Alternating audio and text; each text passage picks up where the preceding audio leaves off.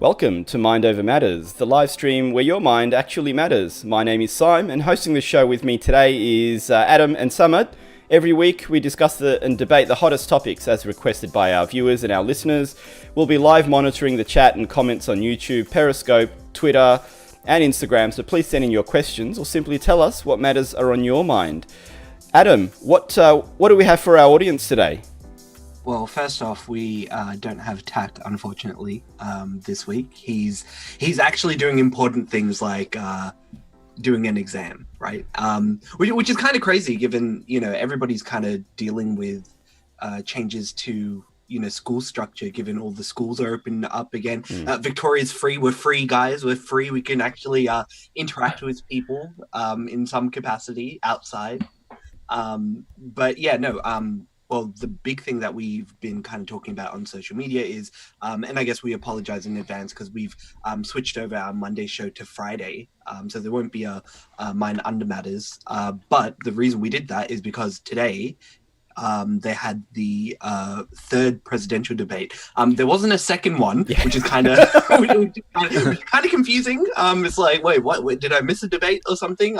But yeah, for those who weren't paying attention, the second debate got cancelled because around about that time, Trump he got COVID. Yeah. And so they wanted to do a digital debate, and the Trump side rejected it. And then I think also there was controversy with the actual debate moderator as well, because he was caught, I think, tweeting at like Anthony Scaramucci, who was the former, I guess, White House correspondent, like the person who usually gives the announcement, but he's now an anti-Trumper, and like tweeted at him, and he then later went and said, "Oh, my account was hacked. My account was hacked." Yeah, he's used that excuse a couple of times as well. It's not the first time. I'd never heard of this guy, but then all this stuff was coming out about, oh yeah, he's done it in the past, and then now he's lost his job at C-SPAN because he lied about it, and he was called out about it, probably because the FBI probably got involved, because they're like, oh, your account got hacked. Let's who hacked it? Let's find out who this mysterious hacker is.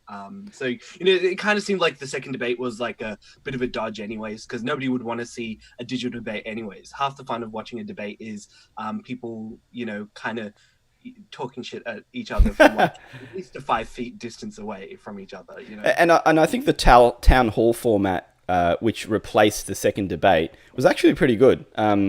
It meant we individually got to see how Trump and how Biden responded to different questions. The questions came from audience members who were both who were either for the candidate or against the candidate. So I thought it was actually the second debate, though it was missed. The town hall format was pretty good. Although it was kind of awkward because they were at the same time as well. Yes. So you had to watch one or the other, more or less. But yeah, the town hall. No, I was just going to say the biggest difference, I would say, was we actually got some really good answers out of these two candidates, because it feels like, if you look at the first debate, there wasn't much that was said because they were talking on top of each other, right? But with the second town hall, especially with Trump, I felt that they were a bit more stern on trying to get answers out of him. So it felt more civilized. I thought that the town hall kind of resulted in a more civilized conversation, in my opinion. I mean, that's the thing, right? Well, I think this debate that we recently had, and I guess we'll go through the third debate and what was talked about. It kind of seemed like a repetition of the first debate, except everybody no interruptions. Was just, well, yeah, like really. Well, ironically, I think there were some interruptions, but not necessarily by Trump, ironically, right? But that's the thing, right? I kind of felt like this third debate was kind of like a rehash of the first debate, except the third debate was what the first debate should have been. Yeah, in a way. And many of the topics and the questions were very similar. They talked about COVID, they talked about race relations and Black Lives Matter. They talked about climate change. It was the same questions. be honest, you could just go back to our previous show and more or less like everything that we said in that show. Yeah, but still stay tuned on this one because we might talk about some different things. Who knows? Who knows? Oh yeah. Just stay tuned. Yeah. I mean, I don't think did we really get to speak about the last town hall meeting? No, we did. Yeah, we did exactly. We did an analysis of the first presidential debate, but not the town hall because let's be honest, that town hall was pretty uneventful. And I felt, to be honest, this third debate / second debate / first debate really, let's be honest, first debate was also very uneventful. I mean, both candidates were playing it very safe. Trump, he really started off very, I don't know why I'm saying this, but almost presidential. Like he answered questions. He didn't interrupt. So the first 20 minutes of that debate, I think maybe the first question, certainly, was no interruptions. Trump was talking quite calmly, and almost maturely. And so I thought, really, I think the strategy for Trump was he wanted to give as much opportunity for Biden to speak and for Biden to trip up. The more Biden speaks, the more opportunity Biden has to say something that's, how do I put this mildly, to stutter or incriminating or just, something senile that we're very, used to seeing and hearing from Biden in any case. So I thought that was maybe Trump's strategy throughout this debate. Let's give as much opportunity for Biden to screw up. But then I think my analysis was that it started off quite civil, and then every moment that Trump had to bring up Hunter Biden, even on a question that was completely unrelated. That was the best part about this whole thing was them Trump slipping in jabs about the Hunter Biden controversy. And for people who don't know, I think that's got to be this election season's October surprise is the laptop that was allegedly given to a repair shop. And then handed to the FBI and also Rudy Giuliani's lawyer. So it's just got it's 10 degrees of craziness. But the thing is there's been all this, and again we'll go through it as we're going into the actual debate topics.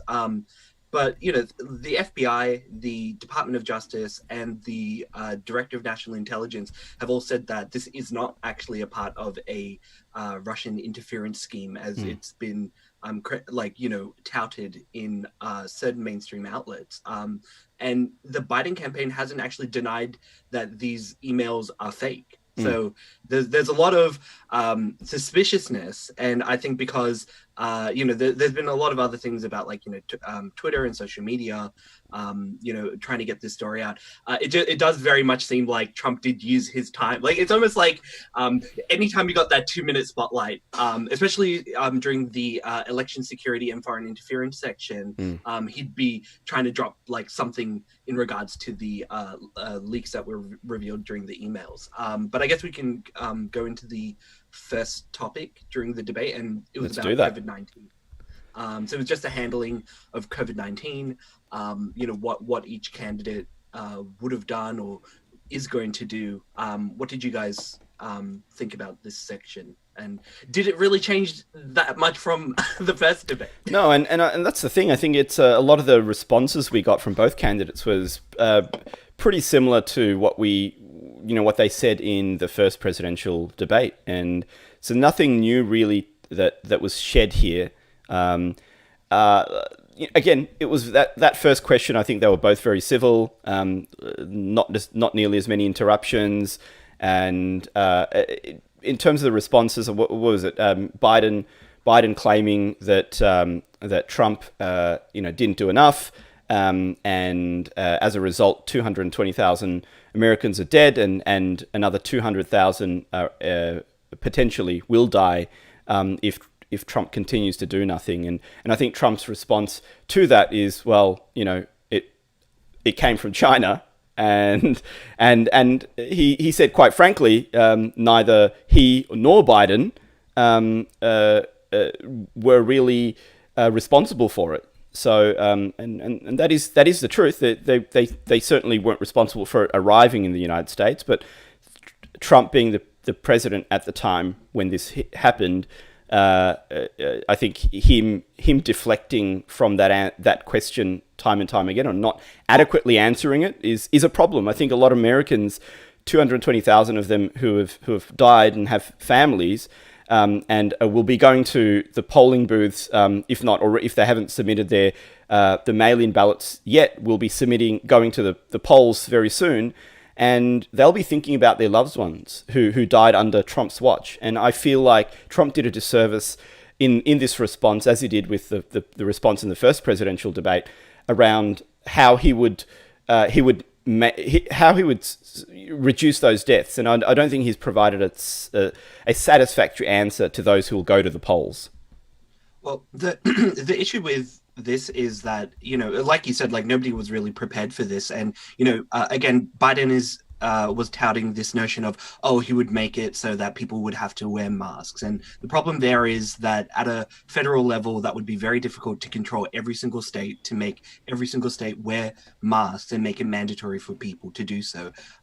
Maybe if they were to, legislate it under something like the Patriot Act, right? And which wouldn't be very popular, from people to implement something like mandatory face mask wearing, or, closing down local businesses, and things like that. Again, even in certain states, I think it's Michigan. Is that the place where the mayor was going to get kidnapped? Yeah, Michigan. So that particular state, it was ruled that their emergency powers and the lockdowns that they had over there was ruled unconstitutional by their state Supreme Court. So this whole notion of under Biden, he was going to make people wear masks, and they were going to implement a lockdown. It's just ridiculous. There's no way it would have been able to implement it. So this claim that he'd be able to reduce it, and the fact that and Trump points it out during his initial talk, was that during the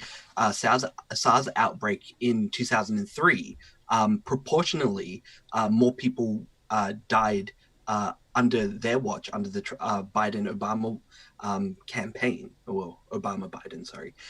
campaign during that period, and proportionally it would have led to 2 million people dying. That's where the number comes from. Obviously, it's not going to really necessarily be like actually 2 million, because it's also relative to how deadly the actual disease is. Like SARS-1, or SARS-CoV-1 as it's known now, is definitely a much more deadlier virus than COVID-19. It's just that COVID-19 is far more infectious, and because it's able to spread more people are infected, and more people have died from it. But the death rate of the original SARS-CoV-1, virus, that's like 8 or something, like 8, like an 8% death rate. It's crazy. But yeah, so and then also Biden was also against closing borders to Europe, during this time as well. So again, this whole retroactive notion that, if I was in power, I wouldn't listen to the World Health Organization like every other Western country, and I wouldn't close my border. It's just ridiculous. Anybody who's actually been paying attention to coronavirus news, global politics, even American politics, will know that Joe Biden wouldn't have done anything different to any other Western nation. Australia closed their borders to China and other international and other countries during the lockdown. So did New Zealand. And the most that America did was close its borders off to China. But the virus eventually spread because it came from Europe into America. But at least they did something. I don't even think that even under Biden they would have went that far. I don't know. Like, I know. Sorry, Samad, I'll let you speak first. Yeah, no, I just wanted to add into the conversation a little bit. Another important thing to talk about is what Trump said about about Fauci, right? Calling him I an was, idiot, yeah, yep, Yep. right? And what that does is, so you can argue about whether or not they would have implemented the use of mask or maintaining social distance, right? But the bigger issue is if you're going to call someone like the head of CDC an idiot or a fool, and denying that these scientists don't know any better, then No, no, I'm going it's to like go out on a limb. I'm going to go out on the limb right now and say Fauci is an idiot. He was, he was, he was, he That's was. fine. No, he is an idiot. He was responsible for the fact that in America, right, he perpetuated, along with the CDC and the health officials in America, that masks Yep. didn't do anything. Masks were unnecessary Yeah, but- for people who were sick, and for other, like, unless you were sick or taking care of the So sick, so you should wear masks. And World now, Health Organization. yeah, Right? yeah. That, but the that's where yeah, but the that's where CD he's getting it from. yeah, That's where and- he's getting. yeah, and that's what makes him an idiot, because the CDC is an Yeah, but then- independent organization from the WHO. They don't have to listen Yeah, to the World Health they don't have to Organization, listen to but who. they Yeah, chose I to. agree with you. They chose to Exactly. listen to them, but Yeah. he did change his statement, right? Whereas Trump, Yeah. 6 has months later, continuously- 6 months later, Yeah, but and even what and has even Trump Trump, done? and even Trump changed his I think position I think on he masks as well. changed Fauci changed his stance around April, right? So the original No, June, was it June? June. So the original when it kind of hit American shores in what, late January, and then Yeah, this- I think in like April. Or I'll have to pull up my references for it. yeah, but in any he case, was in an interview. in any sorry. case, I think it's very dangerous to call the people who are the scientists and the health An idiot. experts who are Yeah. Yeah, uh, if you don't know what you're talking about, then yeah, definitely. Well, I Adam, you don't. have to remember- I think it's Yeah, a bit the unfair. The general public doesn't know. No, but that's what I'm details, saying. right? Yeah, but that's what I'm saying. Like, you're gonna come off as stupid if you call like a health official stupid if you don't really know, much about the. Yeah, the but he virus. hasn't explained himself, right? Like, Yeah, he but hasn't Adam, I explained- think you're throwing the baby out with the bathwater here, right? No, So no, I'm if- saying if- no. I'm saying Trump will seem like an idiot for calling Fauci an idiot. I think he is an idiot despite for not calling him an knowing, idiot. despite not knowing much about the virus himself. It's like, well, I'm not an expert, but I'm going to call you an idiot. Yeah, like, it's I'm very calling bad Fa- optics. Like I'm calling Fauci an idiot because he is an idiot based on the evidence that exists, right? I agree with you on the fact that the implementation of the mask, if it was implemented early on, it would have been a very different scene, right? Like, Definitely. and I'm talking about globally, right? Like international. Yeah. Spread of being contained to I guess And- like a and more the- and the- controllable level. Yeah, and the position of Biden is that he would have mandated it back in January. It's ridiculous. Yeah, and so you're spot on for calling out Biden that any claim that Biden would make that in January we would have mandated mask wearing is just ludicrous.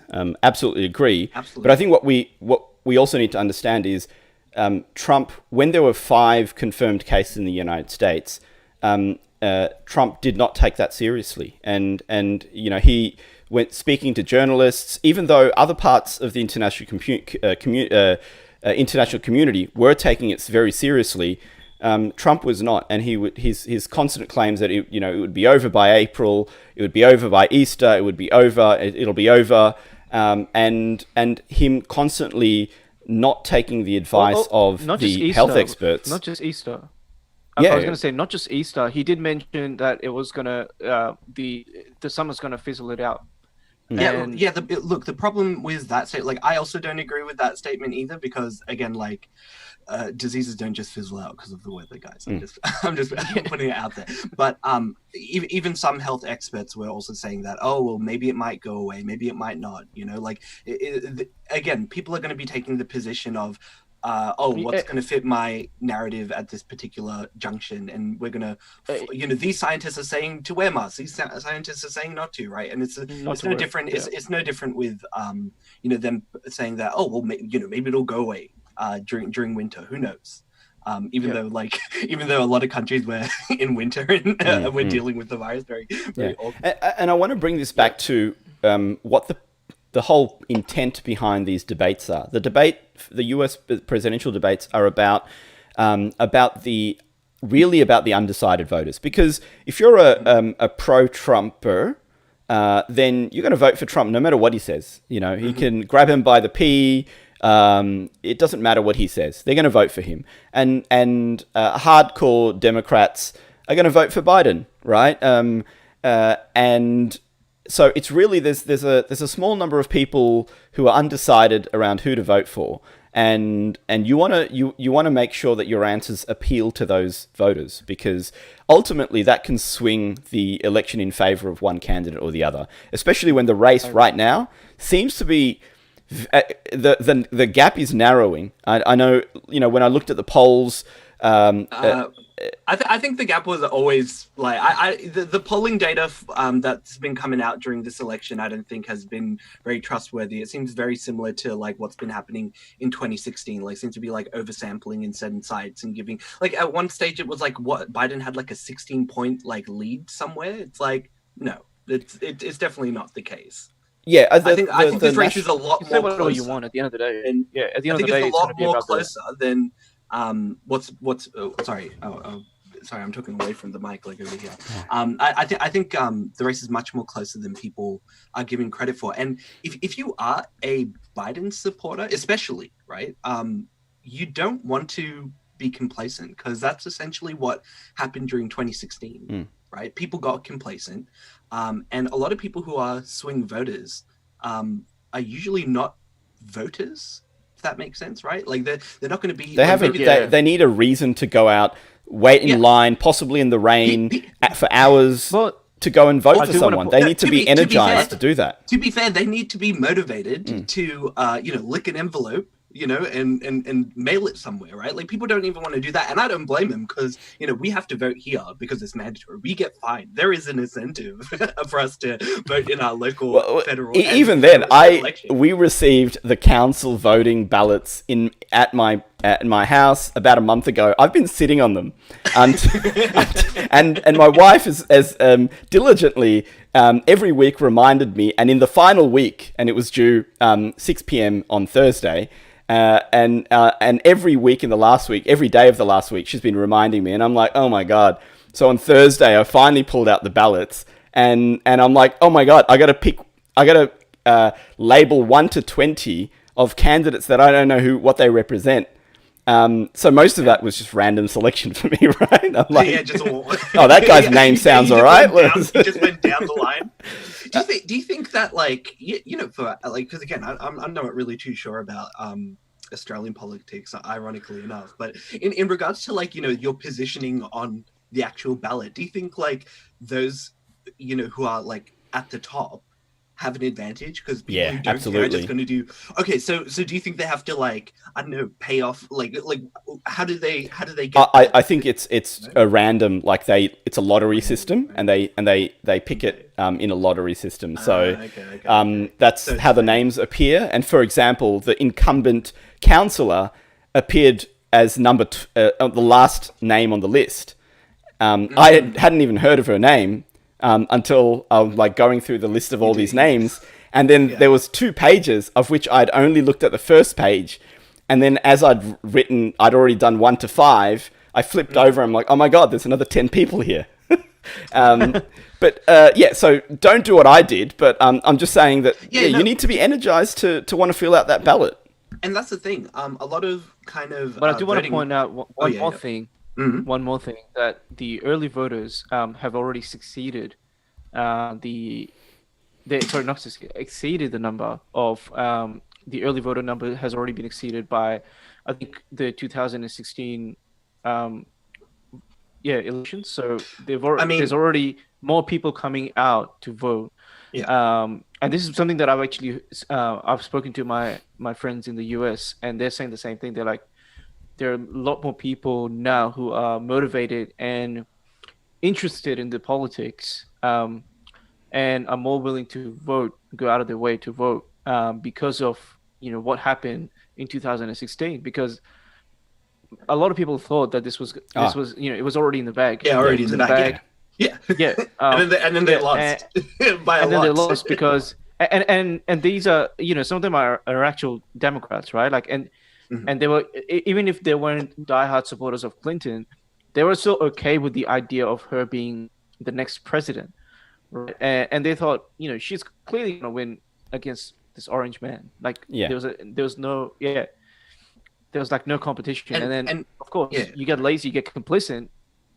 Well, they get see lazy results. because voting isn't mandatory in America. That's I the don't know. main- Yeah, I You I have to also go out of your way, you have to understand put why in the that effort. is though in the United States. I mean, they've got a population of 300 what is it, 350 million people, 300 million people, 320 maybe million people. yeah, and about 120 end up voting like Yeah. every. So 1/3 end up voting. I mean, trying to Yeah, get but- 300 million people to vote is pretty difficult.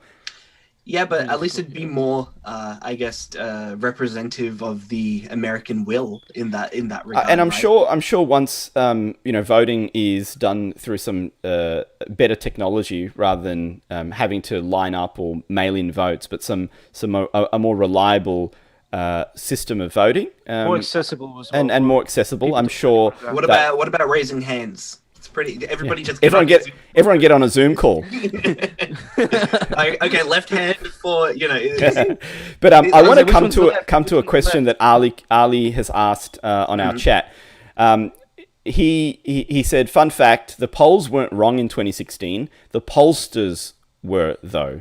And I actually agree with that sentiment. I agree yeah. that I think they. I don't know. Sorry, go.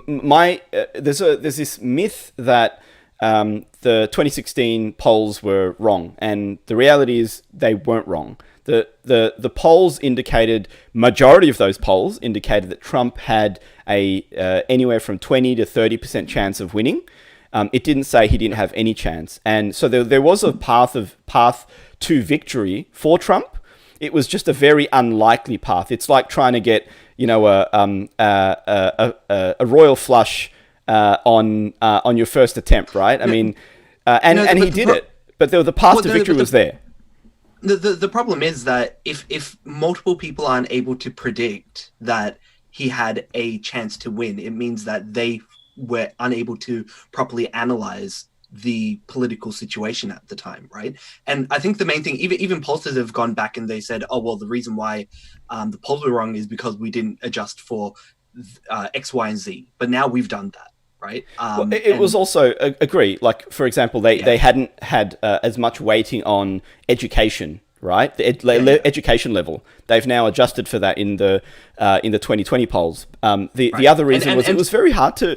I mean, the polls weren't as wrong as we thought they are, but the pollsters who claimed that it would be a clear victory for Hillary Rodham Clinton, they were wrong because they. Well, most places like had her as a huge victory margin over Trump, right? And what they found was, well, it was actually the opposite. So that, in that respect, I would say that yes, the polling were and the predictions were incorrect. It's not to say that they had the data though, and that's what I'm saying. When they've retroactively gone back and been like, okay, well, like you said, when they adjusted for, when they better adjusted for education when they, I think male voters and I think like white voters too. So non-college when grad. they kind of, yeah. So when they adjusted for those, then they were able to predict it. So again, what is it? Political science, it's not like something that is, super reproducible in terms of like the results that most of the time they're just trying to do the best with whatever formulas. I think there's this. People have this impression now after the 2016 elections that polls were wrong then, and they'll therefore are wrong forever. No, I don't necessarily it was an think anomalous. they're wrong forever. It was like if you go back to historical polling, it's been pretty accurate. And that particular election, I don't know if you guys remember, but 2 weeks before the election closed, James Comey, the then director, who's subsequently been fired by Donald Trump, but then director of the FBI. Made a public announcement to say that the sorry, have we? No. Sorry, you finished. So that James Comey went 2 weeks before an election. This is it's meant to be a fair election. 2 weeks before that election, James Comey goes up and says he's reopening the investigation into Hillary's missing emails, and it was a moral stance he'd taken. he did that in against the advice of the Department of Justice, against the advice of against Attorney General Loretta Lynch. Yeah, exactly. Yeah. Well, who was also fired. Yes, who was also well. I mean, that's a problem because he changed on his memo about whether or not Clinton had violated or broke the law maliciously. He later retroactively changed it due to the advice of Loretta Lynch. So things like that is what got her fired, and then subsequently himself fired. But one thing I just wanted to point out about Ali's comment about Fauci isn't an idiot, that's a Republican strawman, Adam. Again, my background is in science, and I'm telling you right now, all the things, there were plenty of studies presented. I even presented at least one, during the initial inception of the show, about how masks were effective in reducing the spread of COVID-19. This isn't something that's new to the world in terms of protecting ourselves from the advent of pandemics or just diseases in general. And the fact that Fauci decided to toe the line with the World Health Organization is not a Republican talking point. It's very much a criticism that's valid, and I would highly recommend seeing his previous stance on it. I agree, but I think what we don't want to do is scientists aren't infallible. And they're able to, and science allows them to. No, but the difference is that this was already known. This isn't it's not a hot take to say that wearing a mask reduces the spread of bacteria or viruses, orally from the mouth. Especially, it is not a hot take to say that. I think it's a common practice in Asia, right? Yeah, it's a very common practice in Asia, in countries like China, Taiwan, and it's really weird. Even the World Health Organization was saying that, hey, you know what? In these other countries, it's okay to wear masks, but in the West, it's not recommended. So so just to give Ali some credit on this part, he did mention, Adam, you should read his second comment. Yeah, I did. And that's not true either. It's not like we ran out of, most people aren't wearing surgical masks in Australia at the moment. No, we're not. And also surgical masks are disposable. 3-layer masks. Yeah, the surgical masks are disposable. And by the way, because I have heard and have talked to some people as well who have seen people reuse surgical masks. Do not do that. Because these are one-time use, and their effectiveness significantly decreases after the first usage. I think it's only after 2 hours or something. I've been doing it all wrong, Adam. I've been doing it all wrong. I thought the pack of 50 would last me at least 5 years. Well, but some people are rewashing them as well, right? Oh, that's gross. Yeah. I heard about the rewashing. Yeah. With surgical or non-surgical 3-layer masks that you get, the disposable ones, they have a life of 4 hours at best, and beyond that, you can consider them compromised. So I wouldn't really. And by the way, just to make something clear, during the 1918 pandemic, people were wearing masks as well. People almost 100 years ago, people were using masks, and these were handmade masks. They didn't have the surgical masks that we have the luxury of buying from. I guess my follow-up question to you, Adam, would be, let's say Fauci got this really wrong, and it was known that. And we generally know, as you've mentioned already several times, that that wearing masks reduces the rate of transmission. So that's common knowledge. So it was Fauci saying otherwise or contrary to that sounded more like a political move than a scientific one. Now, do we say that because he got that wrong, although and that he has now walk that statement back, do we then assume that every other statement he makes from as a health expert and one of the most I guess the foremost health experts or experts around epidemiology and pandemics possibly in the world, do we not take or do we take everything that he says with a grain of salt, or do we give experts Well, some due, some due credit?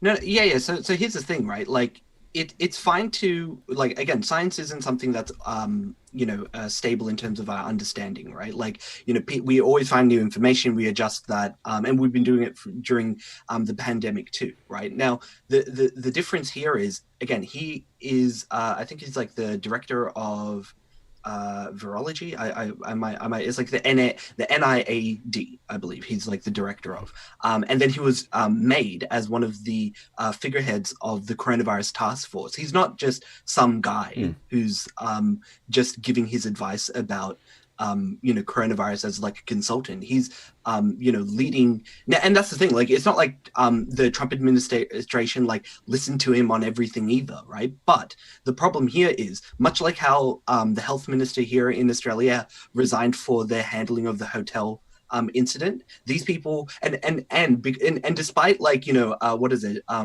Daniel Andrews, not like he wasn't the one who told what is it the health minister to do X and Y at the hotels, but he's still subsequently responsible for hiring her to oversee it. And in the same way, because Fauci was headed up and used as a figurehead for the coronavirus task force under the Trump administration, they're both responsible for the handling and the lack of universal mask usage in America. There's absolutely no, and because this has become it's become a political talking point in America about whether you should wear masks or not. Okay, like that's what this has turned into. And so after Fauci had walked back that statement, then many months later, yes. that do you think it's now incumbent on the president of the United States to, if not mandate, at least encourage people to wear masks? Definitely. And yeah. This is where I think he's fallen short. Is people will look at that and say, well, sure, Fauci said this in the early stages of Corona. He's recanted that statement, and the administration, and it's not Trump alone, but the administration, including the czar of the COVID response, which is VP Pence, they haven't really encouraged people wearing masks and again, not only that, they can't mandate people wearing masks, but he is wearing masks now. It's not like Trump's now saying don't wear masks anymore. Like any opportunity that he gets, he will tell people to wear masks. But Adam, come on! You have to see that he's done that. He's done that like very, very recently, and that's what I'm saying. I can only roll my eyes at it because I don't even believe most people who are wearing masks now retroactively really think that they're doing anything by wearing a mask either. It's the same thing in Australia, right? Like people are just kind of, even now, like if you've gone to the park, if you've kind of seen people are kind of like being very hard and fast with like whether or not they're kind of properly wearing a mask or using a mask. I'm still seeing people wearing masks underneath their noses. It really irritates me when I see that when I go out, man. Like, god damn. Also, I just want to. Oh yeah. I just want to address I agree with what Simon said in terms of not doing enough to, I guess, like introduce a culture of safety, right? Like that's what the American public is lacking, and you can see that in various documents, depending on like what state you go to. Of course, you go to certain states, or certain towns, people are taking it more seriously. But in a nutshell, it's not really the case. Like we're still seeing. Sorry, no, go ahead. We're still seeing, big numbers coming through. We don't know what's going to happen when winter comes through. The fall has started. But in terms of, how people emulate what their leader does, and especially if you're a fan, and but you have to the way that he contracted the virus. Yeah, sorry, you have to realize that for like 4 months, people were told that masks were unnecessary. It's the same thing in Australia as well. It wasn't until late June did we adopt mandatory mask wearing. It wasn't like the virus suddenly got more dangerous and more infectious. Look, I will agree with you on that one, but it's I don't think that Trump has done enough. I don't think Trump has done enough, even now, because there's still people contracting the virus. I don't think he's done enough even after, we've realized that we've got to have face coverings, we've got to maintain social distance. Let me ask you, He someone, still hasn't what done do you enough think to. he should do? Because it's easy to say he hasn't done enough, but because I have an idea of what I would like a president to do. Under now that we know what we know, it's been 8 months of the virus. We know a little bit more about it than we did on day one, and I know we're spending maybe a little bit too sorry. much on On COVID. COVID. Yeah. Sorry, I just want to point out one more thing. So Ali's comment, at the time it was a scarce resource. That's why Trump had to use the Defense Protection Act. Again, not masks were specifically a scarce resource for people in the health sector, right? So, wearing a surgical mask is important for people who are directly handling or in contact with COVID-19. That does not mean that they couldn't have promoted the use of homemade cloth masks. And and the moment that it became mandatory, everybody out of the woodwork came out with their own version of a mask. Like, even my own mom was able to make masks. It's not that difficult. And there's a capitalistic incentive for people to create and make masks. I know you wouldn't like to hear that, Ali, but I'm telling you, you get the money in the people's hands, and they'll make masks for you. There was a lot of alternatives than having people just wear surgical masks. Again, I say to go back to, I think, our second episode where we went over the different kind of masks that you can get and the protections. A homemade mask with 2 layers was more than suitable for preventing the spread of COVID-19. And even something as simple as that could have been promoted by the government. Here in Australia, they could have done that. In America, they could have done that. In the UK, in Europe, all over the place, they could have done that.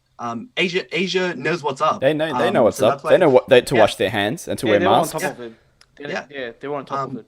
And that's something that we could have done as well. It's not that we everybody need to have their hands on a surgical mask. That's not what this is about. It's about being able to promote a culture of cleanliness and using PPE to protect ourselves. But yeah, sorry.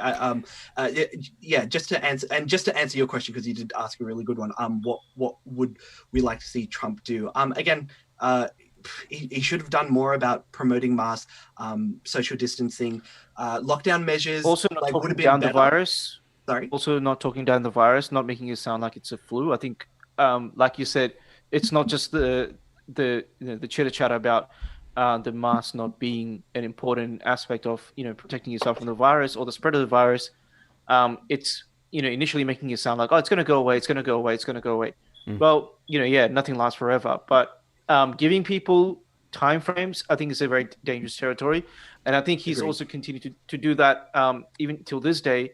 Even in this debate, the latest debate, he went on to say that the vaccine is only a few weeks away. He said that in the first debate 3 weeks ago in the first debate. And when he was asked, are you sure? He turns around and says, no, he's not sure about it, because you can't be sure. They're still in stage 3 trials. The strategy that he's going for is, hey, well, this is what I'm seeing the interpretation of what he's saying is, hey, we're going to get a vaccine out and everybody can go back to their normal lives, right? Like, which is also not true. Anytime soon. Well, if we get a vaccine out, we would technically go back to our normal lives. The problem is not soon, because you can't force people to take vaccines, and sure, but we're going on the assumption that this is a functional vaccine, right? Like, even if it takes like a while, like even once we get even once they have the vaccine, it's all about the distribution of the vaccine, right? Like, not everybody's going to, like, I don't know how many eggs. I think they'd have to go through like a bunch of eggs, right? Because that's an important component of having to test and then utilize an inactive form of the virus to then use in order to vaccinate people with, right? So we're going to need a lot of eggs. I'm telling you right now, this vaccine is not going to be vegan. But with that being said, like, yeah, it's going to take a while for people to get their hands on the vaccine. But it's all about once they have a vaccine and it works, life will go back to normal. The problem is there's 3. I think Trump mentioned 3 candidates. There's like a bunch of international vaccines that are being done as well. The time for, and a lot of them are in third phase trials, which is a really good sign. for a vaccine. But yeah, like I think the thing That's is human trials, by the way. Yes, Yeah, human just trials. to- That's correct. Yeah, sorry, Yeah. just so people know. Thanks, someone. But yeah, like so it's a good sign. But the problem is, like, yeah, like someone's right. There isn't really a time frame, but I don't think he's really cares about there being a time frame, or he's trying to project I think this it's just image of misleading people. there is a vaccine coming out maybe soon, maybe TM, who knows? Yeah. And that's what people will care about, because again, there is people who are losing their livelihoods. You know what? I found a crazy poster today. Sorry, not today. The other day when I went for a walk, right? And it was talking about, the lockdowns. People are losing their jobs. Through the economy, blah blah blah. And this is technically the same kind of stuff that the World Health Organization talked about initially when they were saying, "Hey, don't lock down. We don't recommend locking down your countries. Locking down doesn't stop the spread of the disease, and it'll only, ruin the economy and stuff like that."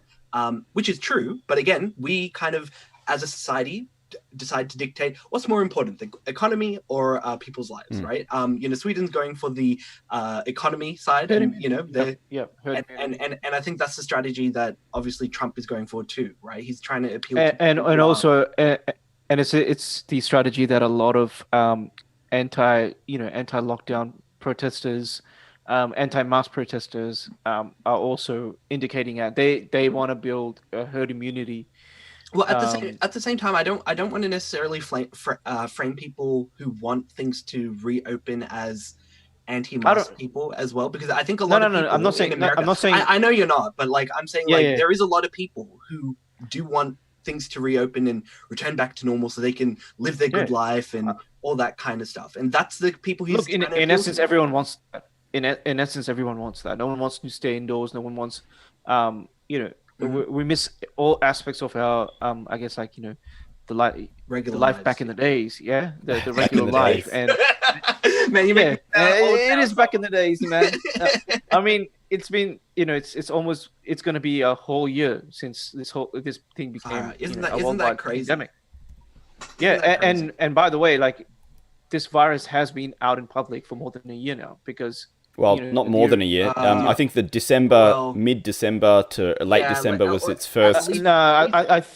At least But late I November. would There say there is stuff saying that, like, there are a lot of people. Yeah, I think there's very. I think I'm just gonna throw it out there. I think this was being discussed much early on in China.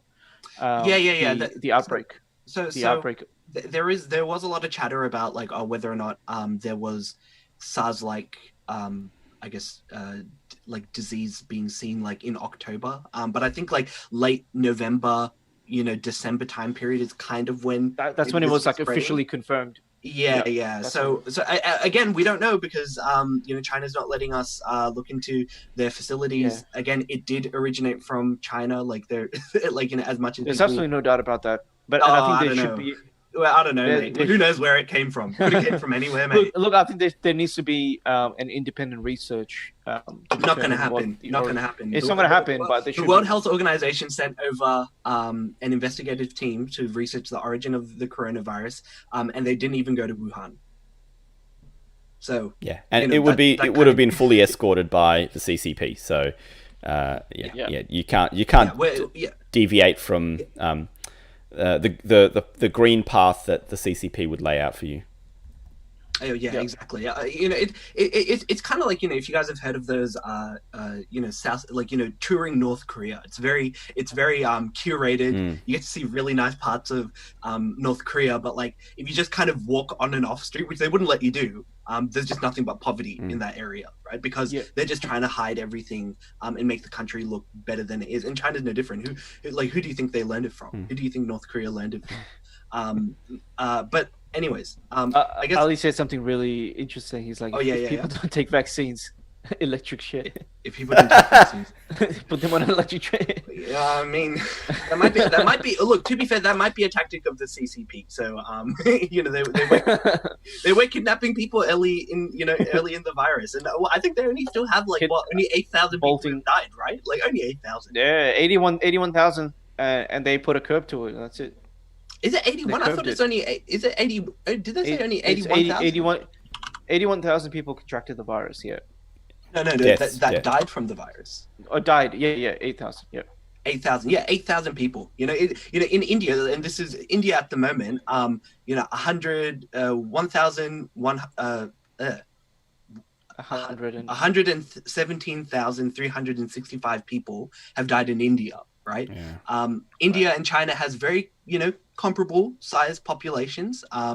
But China's only had 8,000 deaths. Yes, not suspicious at Speaking all. of India, Yeah, I'm never there's going to another point that I China want to bring with up. everything that I've been saying about China. I don't think I'll be welcome. You better not go with one your more thing that your Uyghur passport. No, definitely not. Especially given we're doing everything over Zoom as well. unless you want to re-educate yourself. Yeah, And go to re-education. yeah. No, I was gonna say the whole notion of that the virus is gonna sizzle out in summer is one of the things that actually that message traveled to that part of to India and Pakistan, and people started believing in it, and they strongly believe that the hot weather is gonna just burn it out. I mean, 40 plus degrees is gonna burn out the virus. I had an uncle, sent our family a message about how how it's kind of like old school, like emails, like chain emails, right? Like how people usually get chain. It was like one of those kind of like a chain text message that somebody's sending over WhatsApp or whatever it may be. And they were saying that if you drink water, it makes the virus go down your esophagus and into your stomach, and it kills the virus. And I'm just reading this, and If only those people had drank water instead of lemonade. Water, H2O. I'm having solo. You guys probably can't. Yeah, see so it. you're not fighting the virus, solo. mate. It has to be a glass of sparkling. It's gonna stick to Gotta be solo one now. of these. Man. Damn it! One of these. Only 5% real lemons. God damn. God damn. This podcast sponsored to you by Solo. What about just drinking lots of your own saliva? Would that help? It would probably help far more than just drinking water. Just because saliva contains a lot of enzymes. I know you're just saying just cause, but like legitimately, saliva does exist as needed to help us capture bacteria and viruses and prevent them from invading. It technically would. Sorry, just don't want to. It technically would. Better than water. Speeding in each other's mouth. Don't give him ideas. Don't give him ideas. Don't give any other ideas, mate. We can't. But yeah, I guess any final statements about COVID-19 in the COVID-19. not in general, just a debate. Yeah, in terms of the debate, I think going back to, I think Sam asked me the same thing, that what can be done differently. Yeah, what I mean, we like to say that Trump didn't do enough. What should he have done? Yeah, I think he needs to.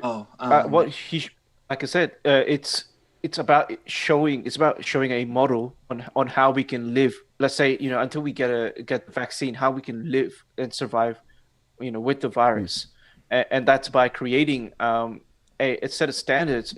Even if you can't force people into doing it, but I'm pretty sure you can force businesses into adopting certain models when it comes to health and safety, and that encourages people to take it more seriously. When you're going to the restaurants, when you're going to cafes, when you're going out to the pub, whatever it is, when you start implementing certain standards that you have to comply by, people look at that and go, okay, the government's taking it very seriously. You see your leaders, you see the politicians, your mayors, everyone is taking that seriously, and not you don't have sheriffs who are mandating, who are actually telling people that if you come to the sheriff's office, you can't wear the mask. Like, you can't have people like that, and be allowed to do anything.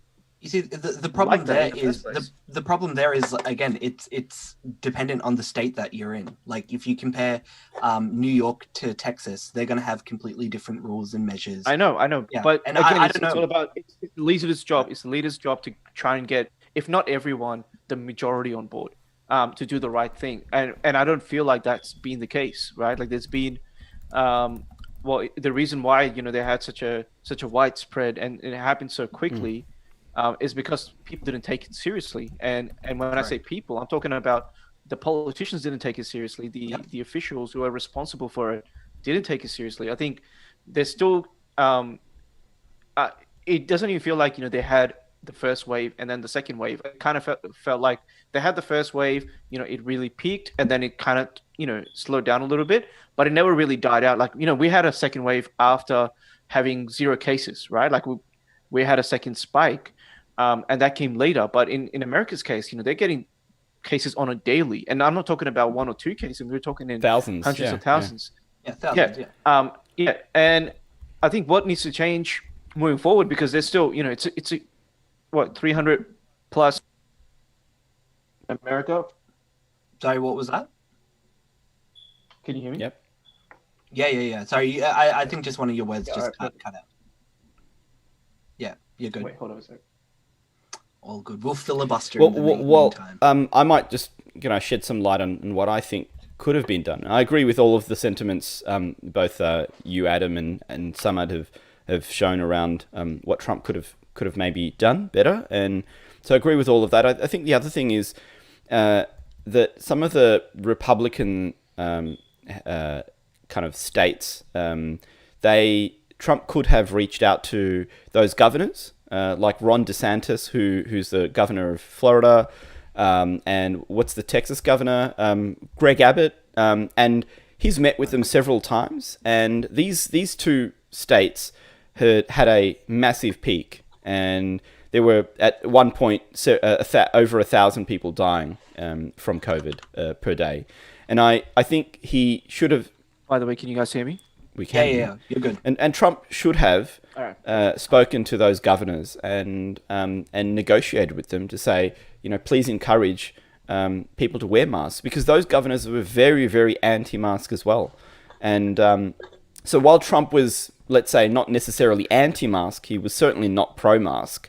But those governors were very anti-mask, and as a result, Florida and Texas had second to New York State, had the largest outbreaks of COVID and largest deaths. I mean, well, if you look at Texas right now, Texas has the highest number of deaths in America at the moment. It's Texas, California, Florida, New York. And the surprising thing is Florida and Texas are red states, and it serves Trump to go and advise them to wear masks so that people in those red states can vote, so they're not dying. Please control the red states. Oh, come on, we all know they'll just... Yeah, we'll just get them to mail-in vote, mate. Yeah, let's just get them to mail-in vote. Yeah, no, I'm just saying. No, I'm just I was just going to point out. At least control the red states, right? Like the blue states will be more than. I mean, from a political perspective, if you want to show how horrible the Republicans or the Democrats are, Trump could focus on securing those red states and advising them to wear masks. At least the governors to have mask mandates. The problem is, again, this is part like typical partisan politics, right? If you're pro lockdown, the other side has to be anti lockdown, right? There's no in between. There's no nuance. It has to just be all right. If you are pro mask, the other side has to be anti mask, right? And people lockstep in line with whatever position that you want to be in. Like, for example, I'm pro mask. But it doesn't mean that we have to have every single aspect of our lives dictated, by having a mask on. When we eat, we have to put the food underneath our masks and stuff like that. I love how the recent policies have come out, for Victoria, how they make it very clear you can take your mask off when you eat. Yes, thank you very much. Yeah, they literally say that. Well, people are trying to go it's not going in. Yeah, why? Or they have to sieve it. Cut a hole. Right? Cut a hole. Put a straw. Have you seen the masks out of the zips? Yeah. There's a mask that there's a zip on it, so you can put something in and then rezip. Except it kind of goes against. Or you can just lift it down under your chin. Hey. We're not supposed, but this is the problem, right? You're not supposed to touch your mask. The moment that there's a zip, and if you have the disease and you're coughing into it, if you're touching the zip, you're already infecting your hand with it, right? It doesn't make any sense other than a fashion statement. I guess, right? I don't know. Fashionable masks. We'll see going forward how far that goes. But yeah, you're right. There should be again. This is the thing. Not being able to communicate the seriousness of this of COVID-19 in America, in Australia, in like New Zealand's locked themselves down with the 5 people that live there, and they were able to kind of stop the spread of it. And anytime there was any kind of spread, they just locked down, right? And when you look at overseas, now that we're taking it seriously and people are taking it seriously, it hasn't been having the same kind of exponential amount of cases happening as it was like initially. So in the end, like, retroactively, if we go back and do X, Y, and Z, like, there's a lot of things that we could have done better, and that America could have done better, but they didn't. Hopefully the world, just in general, are more prepared for like the next inevitable pandemic that will come out of China. Would you? Okay, so everything that I've listed out so far, is there anything else that you would want to add on to when it comes to what should be done moving forward? Because I think, coulda, woulda, shoulda it's already gone. Like, you can't change that. It's literally. Like, what measures can we? What changes would you bring? Is if there is anything different to what I just mentioned before? There has to be international accountability placed on places like China. Because again, like, part of the reason why I think for about 5 days the CCP knew about there being spread of COVID-19, and it was during that the Chinese New Year period where they didn't communicate any of it. They chose not to communicate it to the World Health Organization, and in that period it did spread, and they still allowed for international travel to occur. And if there isn't any kind of measures taken in place to hold countries accountable for negligence like this, it's just going to happen again. Like, this is the second pandemic that's come out from China, and even the Spanish flu has technically its origin from China and not Spain. It's just that a lot of people in Spain, yes, correct. So and it's part of the reason why there has been a move away from naming conventions that are from like a particular place.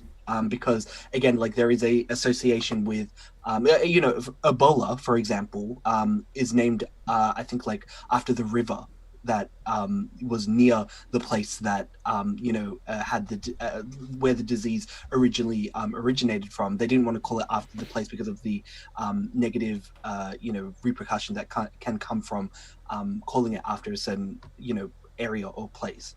Lyme disease is called after a place in Lyme in America.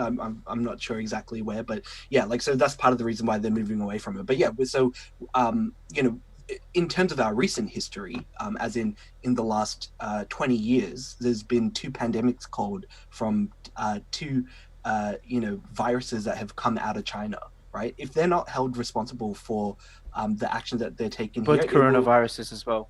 Yeah, both coronaviruses, correct. If they're not held accountable for the negligence that led to the spread of this disease around the world, it's just going to happen again. No international agencies like the World Health Organization has shown that they won't police them, won't hold them accountable. And this is the thing: World Health Organization actually did a really good job in 2003, back when it was under different leadership, right?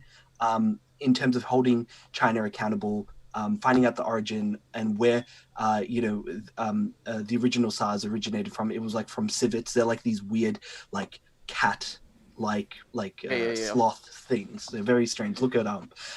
But unless we hold them, and there is like a global cooperation, until that happens, you mean like the World Health Organization or the United Nations? Well, no. Well, that's the thing. The UN. You mean having another international organization to try and get China to cooperate or play fairly? I mean following through with getting them to cooperate. If there isn't a international, we have the UN as a governing body, but Israel, stop bombing Palestine. No. Okay. Yeah, fantastic. Great job, UN. Let's see how they go about it. I think any international organization ultimately will be toothless, no matter what its mandate is. Whether it's an international organization or just the international community in general, right? Like, there has to be some kind of measures put in place, not necessarily on China. It doesn't have to be China. It could be any other country that mishandles you know, a global crisis that leads to, you know, what's the current number of how many people have the died? issue like though, and again, I think 1.1 million we're people probably around spending the world. way too much time on this one topic, but Sorry, I think it's a really important thing, and I think we can spend a lot of time talking about that, because I think you know why we don't hold China responsible, and how China became a global, you know, power that it is today, and why we don't hold them accountable. There's a lot to say there, and there's a lot to unpack. I just don't think we're going to do it justice in giving the sound bites right now. So should we move on to some other debate? We'll move hot on takes, to the debate next hot topic. takes. Let's say Debate hot takes. The election security and foreign interference. Now, this was the second kind of major broad stroke topic that was brought up. And yeah, like I think this was like the first jumping point where Trump took advantage of putting a connection between Hunter Biden, who is Joe Biden's eldest son or second oldest. I think it's second oldest. So the oldest was Bew, and he passed away from cancer. Yeah. And so essentially, there has been a recent story kind of coming out about how we mentioned it earlier, about how Hunter Biden's laptop was given into a repair shop, which was then given to the FBI, but a copy of it was also given to Rudy Giuliani. I still find that part the funniest part about this whole thing. About there's a copy of there's so many things that doesn't make sense. But the problem with like even the absurdity of like the context around like, oh, I also made a copy and gave it to Rudy Giuliani's lawyer. Like it just already sounds like ridiculous as it is. But the problem is like the emails have been like at least authenticated by like one of the people who was sent one of the emails, who's kind of come out and said, I wasn't aware that like, which to be fair, is probably this guy like coming out to save his own ass from having any kind of investigation. Well, isn't he already being like under investigation for something else? The other business partner. There's two business partners. One is in prison. There's a bunch. The other one, the one that's snitching right now, is the one that is already under investigation. Ex-army guy? Is he the ex-army guy? I'm not sure. Okay. But yeah, like again, all these emails, are kind of calling into question about like impropriety and whether they're like, again, it's really funny because like I think the Senate Intelligence Committee like just came out of saying, oh yeah, like there's some things that might seem a little sus, but we don't think that there was any foul play with all the stuff that's happening with Hunter Biden, and then this laptop. Yeah. So the Senate committee said regarding Burisma and Hunter Biden that Joe Biden was acting completely appropriately. So that was the Senate. So they didn't say whether Hunter Biden was or was not. They just said Joe Biden didn't do anything wrong. Yeah. And so these emails now, if they're true, and again, I think in terms of the emails, they are PDFs of emails that were sent, so they're not the actual. To me, it kind of seems like everybody's just doing like, you know how like the old thing about like it's like you're dealing with like your boomer dad and they don't know how to do print screen, but they're just like getting the camera in, taking a picture of it. That's what these look like. Yeah, it sounds like something Rudy Giuliani would do, right? Like would do. Yeah, exactly. Yeah. It doesn't. I mean, if you're a computer shop repairman, and you're doing recoveries of lost data, then this is not how you do it. You know that you're sophisticated enough to know you're not taking PDFs, right? So it's not the repair guy that's taking the PDFs. Either someone's planted that evidence, whether the evidence is true or not is. Well, here's the thing. Like, it doesn't seem like. Well, again, it's like and this is a problem with like quote unquote ongoing investigations, because the FBI cannot comment on ongoing investigations, which kind of already lends credence to the notion that there is at least something going on with, this laptop and that it has been given to the FBI. I think there was like a bunch of documents released about the FBI giving like a subpoena to the. Well, I mean, the FBI will have to investigate whether there's any credibility or not. They have to at least rule it out. So. Well, and that's the thing. The Department of Justice, the Director of National Intelligence, and I think the FBI have said that, like, at the moment, like, this is not a form of Russian interference. So, does that mean that it's legitimate? Who knows? But at the moment, like, there hasn't been any denial of these emails, and this is the thing. This is exactly what like Trump was trying to do during this segment. Was any time during his answer, it was like, so in terms of foreign interference, what do you think your campaign should do? We got the best OPSEC, best OPSEC. By the way, Hunter Biden, this is immediately what he went to. And yeah, I think again, I thought that was a clever tactic. Even pointed out. I think that was a clever tactic by Trump. That because at the first 20 minutes of that debate, Biden had Trump on the defensive, right? So the Biden went on the offense. Trump was very defensive, and then Trump found a few questions where he could really tie in Hunter Biden and just I'm pretty sure he said something like he made an offhanded comment in during the COVID section as well. He said something really brief, and then he said something here as well. Again, it is supposed to try and highlight this particular aspect. I mean, it's a tactic that worked for the 2016 elections, right? With the Hillary emails, and so I think it's a rehash of 2016. It's like they were a hack of emails, and these went hacked, so that's the we don't know. We don't know how they got there. It's just a laptop was given by Hunter Biden allegedly. Yeah, I mean let's not pay any credence to that version of events because it makes absolutely no sense. But what about the pictures? That's the thing. All right. So Hunter Biden, who takes his laptop to a different state from where he lives, to a computer shop, to recover data, then doesn't pick up the laptop for months, and there's no evidence. You do remember that he is a drug addict, and so it's not really completely above beyond expectation that he might have forgotten that he's given a laptop for repair that wasn't except he could just get a new one. Except there's no so the receipt, the only indication that laptop belonged to Hunter Biden was a sticker for I think that was the Biden Foundation sticker or something. There's also the invoice. The invoice says Hunter Biden on it, but there's no signature of Hunter Biden dropping off that. So where is a signature? I have a feeling that he misplaced that laptop, or it was. Yeah, I think. Look, it could have been stolen. It could have been stolen. Possession. Yeah, stolen and then just planted. Yeah, I mean that's a lot more plausible. That's a lot more plausible than Hunter Biden. And they're not going to come out and say they're not going to come out and say that Hunter Biden was. Yeah, it doesn't necessarily have to be Hunter Biden. It could have been an aide that he just went and said, "Hey, put this in." Well, that's the thing is the invoice was for Hunter Biden, so we don't know whether that email was from an aide or from an adversary or apart from a sticker. And could it be? How many Hunter Bidens do you think are in America? No, but there's no. But I'm just saying, that combination of first and last names, there has to be at least one other guy, right?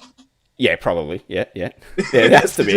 I'm sure Hunter is a common American name, right? They go hunting. They like their guns. It's really funny because I think it's there were about I don't know how many, but I'm just gonna throw the number out, 20 Hitlers in America, and then World War II happened, and then all of a sudden there were only one or something like that, because they all had changed their names, as you probably would. So I do find it interesting that so Trump's tactic was constantly pivot to Hunter Biden's emails, and I think he also talked about the money that the money that he's made that he's benefited from China and from Ukraine. How the Hunter Biden has zero experience in energy fuel and was then somehow no expertise. Yeah. no expertise, and then suddenly put it on the board of this, Ukrainian energy company, things like that. Again, this whole section I kind of felt was like just Trump. It was just like Trump's time to just push that particular thing, and the main point, in my opinion, was to get people to like ask, what is this thing? What is this thing that Trump's talking about? I'm going to Google this thing. Because again, on Twitter, on I think Facebook as well, like the actual New York Post article was being censored, on their site, and so a lot of people, I think, like even the Senate Republicans, like they just got like a copy paste of the article, and then they put it on the official like Senate Republican website, and then because the original link wasn't coming up, and then they were just posting this link, and then Twitter was then banning that link, and then banned the Senate House Twitter account. Yeah. So yeah, like it's definitely ruffled some feathers. Which, by the way, I just want to point out, because I think this is technically a bit of an update from the Amy Coney Barrett hearing, right? I don't know if you guys have heard the update from that. I think the Democrats during the hearing, they boycotted the voting, and so she was passed unanimously 12-0. But then at the same time, because initially the Senate wanted to actually investigate further into Twitter and Facebook about their handling of, the New York Times article, and they wanted to actually get, Zuckerberg, again, have the big tech dudes come in and explain themselves. Yeah, sure. And initially they were like, "Oh, well, we can't do it," but because the Democrats went there, they managed to pass it 12-0 as well, because they went there, because the Democrats went there. They were initially would have blocked it, but because they went there, because they were blocking, because they were boycotting Amy Coney Barrett's, anointment, they went there to block that particular, investigation as well. So I don't know. It kind of seems like a really big, like, a very small brain move by the Democrats by not appearing. Well, I mean, yeah, it's the Democrats. They But they could have been there, just like if they wanted to actually rebel against like the RNC, and if they thought, hey, this particular investigation is ridiculous, like they should be there to be like have a stance, and be like, hey, we shouldn't be wasting. So what's this investigation for? It's to investigate big tech. Well, to investigate big tech, and that they censored the New York Times article, but also that it subsequently led to the censoring of not New York Times, New York Post. Sorry, New York Post. I keep the New York Post article. On top of the fact that I think the Senate Twitter account got banned for posting this article, as well as I think Trump's White House spokesman. Correspondent. I think we that's another. It's an important topic we need to have around free speech and big tech. It's a huge one. Like I think we need to dedicate an episode to that. What do you guys think? Well, hey, it depends on what people want us to talk about. If you guys want to hear more about big tech censorship, hey, we technically did it during TikTok, and they didn't end up banning TikTok. Wow, what a shame. I just don't. I don't buy that any of the two political parties in the US are really interested in banning big tech. So every time they have Zuckerberg and they'll come in, it's always just like prepared statements, and it always kind of seems like they're 10 steps, or sorry, not even 10 steps, like 100 steps behind, because they're essentially boomers trying to figure out how technology works, and then just casually accept the answers given by Bezos or Zuckerberg, and who it's there for appearance sake, right? They have those hearings with Bezos and Zuckerberg for appearance, nothing else. But yeah, I guess the only other thing about the election security and foreign interference section was just about whether either candidate would be like tough on China. I think again this kind of goes back to actually, funnily enough, kind of goes back to what I was saying about how yes, people and America should technically be tough on China and more country. You know what? I'm actually pretty proud of the fact that the Australian government ended up, kind of standing up to China this time around, because usually, they're one of our biggest export partners. And to the point that I remember, back when I was younger, and Kevin Rudd was in power, like he was saying, like, hey, we should promote everybody to learn like Mandarin, because China's China's our biggest partner and stuff. But we've taken the stance like, no, we are. And even Kevin Rudd himself has spoken out against China. He has now. I mean, a lot of these politicians Sorry, I didn't have changed their tune. Like, if you think about, we hate China now. If you think about the whole China US trade deal really started to blow up, like explode in terms of like trade during, I don't know if you guys remember this, during Bill Clinton, right? So when Bill Clinton was president, he sorry, I don't necessarily remember this, because I would have been like, I don't know, tiny, still like swimming around. But but I have heard a bit about this. Like essentially that, we're gonna try and transform China by cooperating with them to become more like us, to be more westernized. But that has obviously failed. It's an interesting topic, because one of the things that the EU has done is it's increased trade between warring or formerly warring European nation states, right? If you look at Europe and the last 120-year history they've had, and going back, right? But in the last 120 years, they've had World War I, World War II, catastrophic for Europe, right? Prior to that, the 30-year war, the 100-year war, Europe has been constantly at war, and the formation of the EU was to, if we get each country trading with the other, then we won't go to war with each other. And that philosophy, I think, is what Bill Clinton took to the United States' relationship with China, that if we trade more with China, that they will become more like the United States. And I think in hindsight, it's a beautiful thing, but we now know that has been a catastrophic failure. It's given them a lot more power, and that so they wield more power, and they do not follow the international rules at all.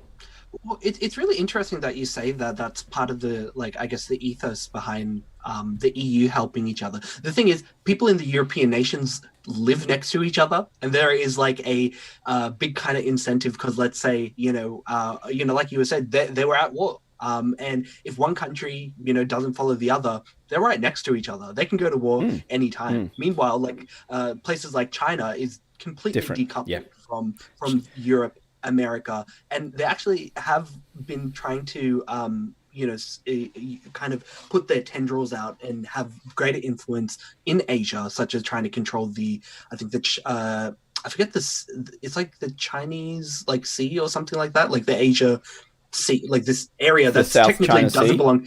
Sorry, South yes, Sea, that one, yeah. the South China Sea. And so they're trying to claim it as their own territory, except for the fact that neighboring countries don't agree. Contest. It's like, hang on, it's not called South China Sea. You can't just add China to it and say it's yours. It's the Pacific. It's the Pacific China Ocean. Come on, man. You can't. But anything else from the election security and foreign interference section that kind of stuck out to you guys? I think Trump has been pretty hard on China, and I don't think Biden. He's called out China. Very much. Yeah. About the virus. To be fair, even prior to COVID-19, he was having the China trade war prior to this. Sanctions. In that regard, he's been tough on China, blah blah blah blah, and this is kind of like an excuse, right? To me, I see this as him going to use this as potential. Let's say he continues his presidency, he'll just try and use this as a means to try and leverage China from a trade perspective, right? You did this, now we get to have everything at a discount. The art of the deal, mate. The art of the deal. Yeah, I mean, I don't think and just to be clear about this, but I don't think the trade war with China was actually good for the United States. But if I don't think the intention was for it to be good for the United States. The intention was that there needs to be something punitive for China because they're being they're not. It's not a level playing field. They're taking advantage of the United States, and I think Trump wanted to according to him, wanted to make sure that other countries, including China, are not taking advantage of the United States. I think China. The only policy that I like about Trump is his very hard stance on China, and I don't think the Democrats will really have a hard stance on China.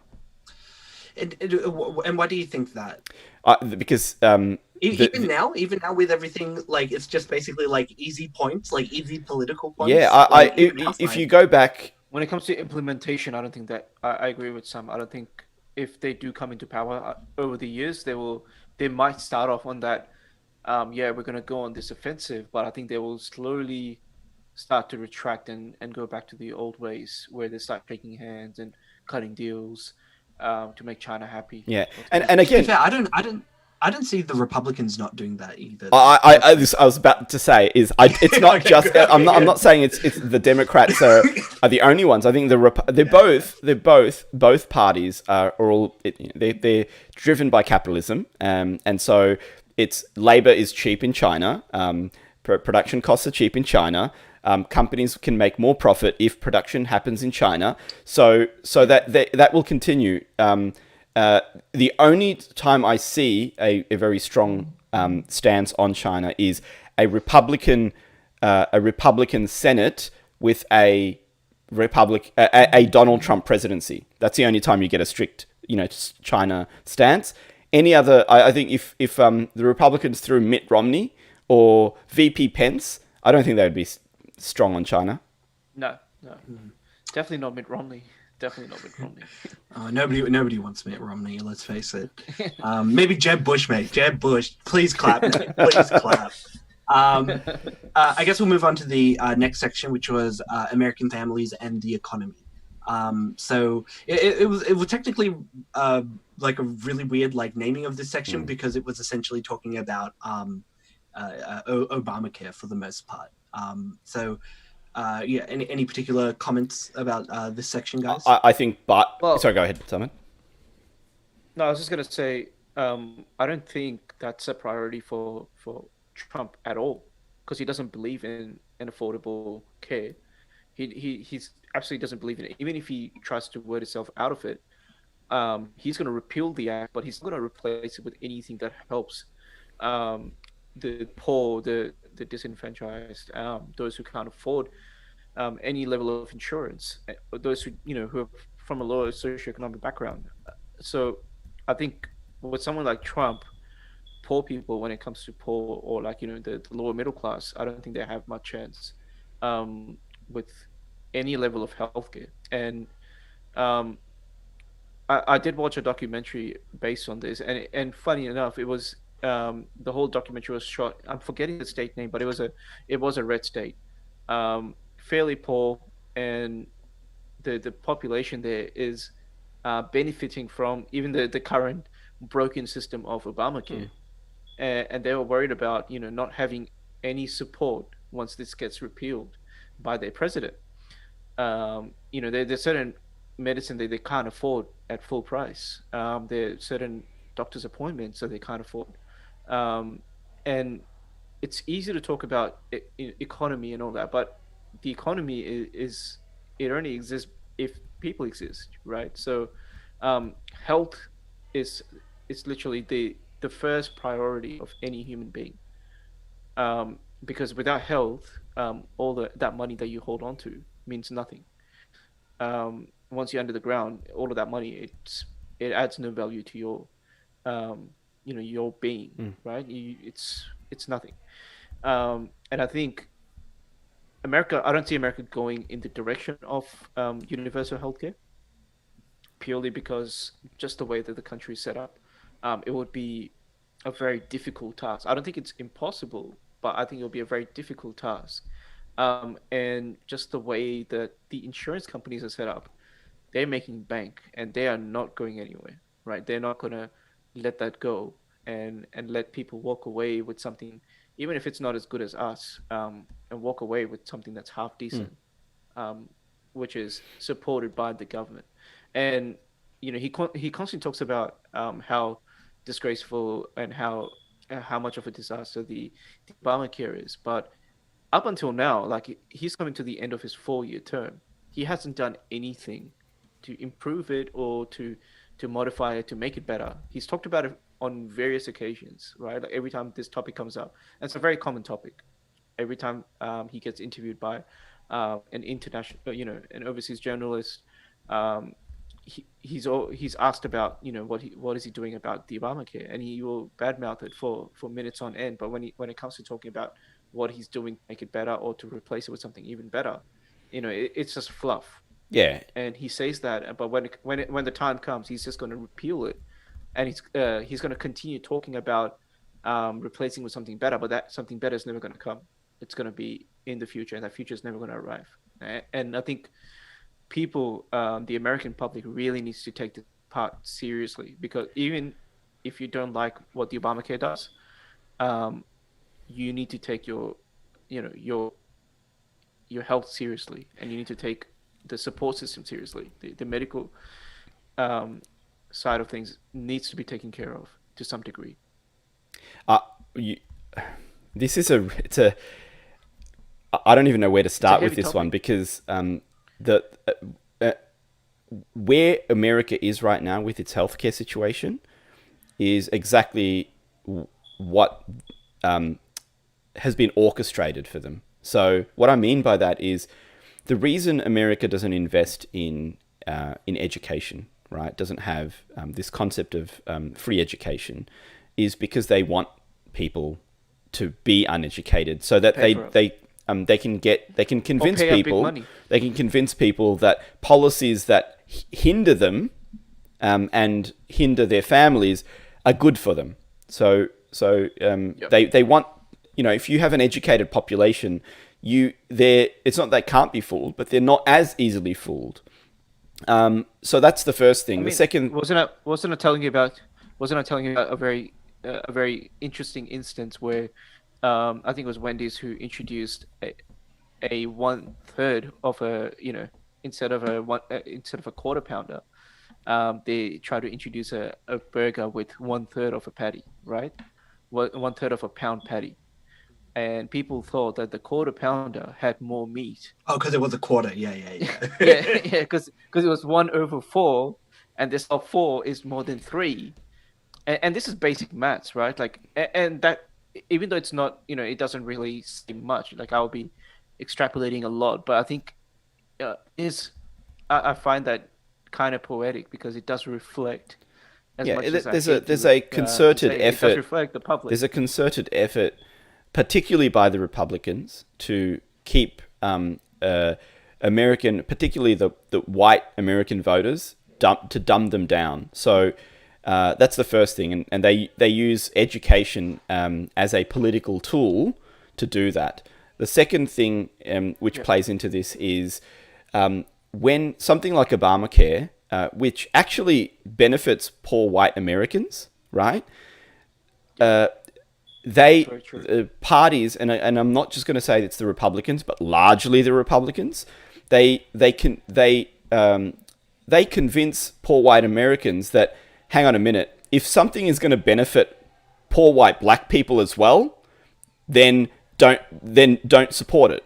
And so they convince poor white Americans to vote to dislike the Affordable Care Act because it also benefits black people.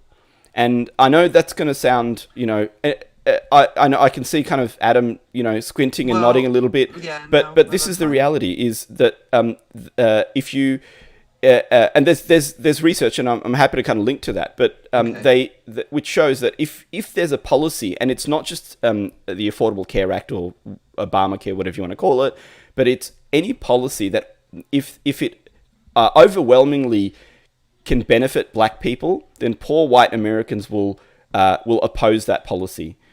Just want to press you on that. So even if it benefits them, but because if it overwhelmingly benefits blacks, they will oppose it. So Okay, so I just want to press you on that just before Adam. I know Adam's got a lot to say. No, that's fine. I just want to press Simon on this particular comment.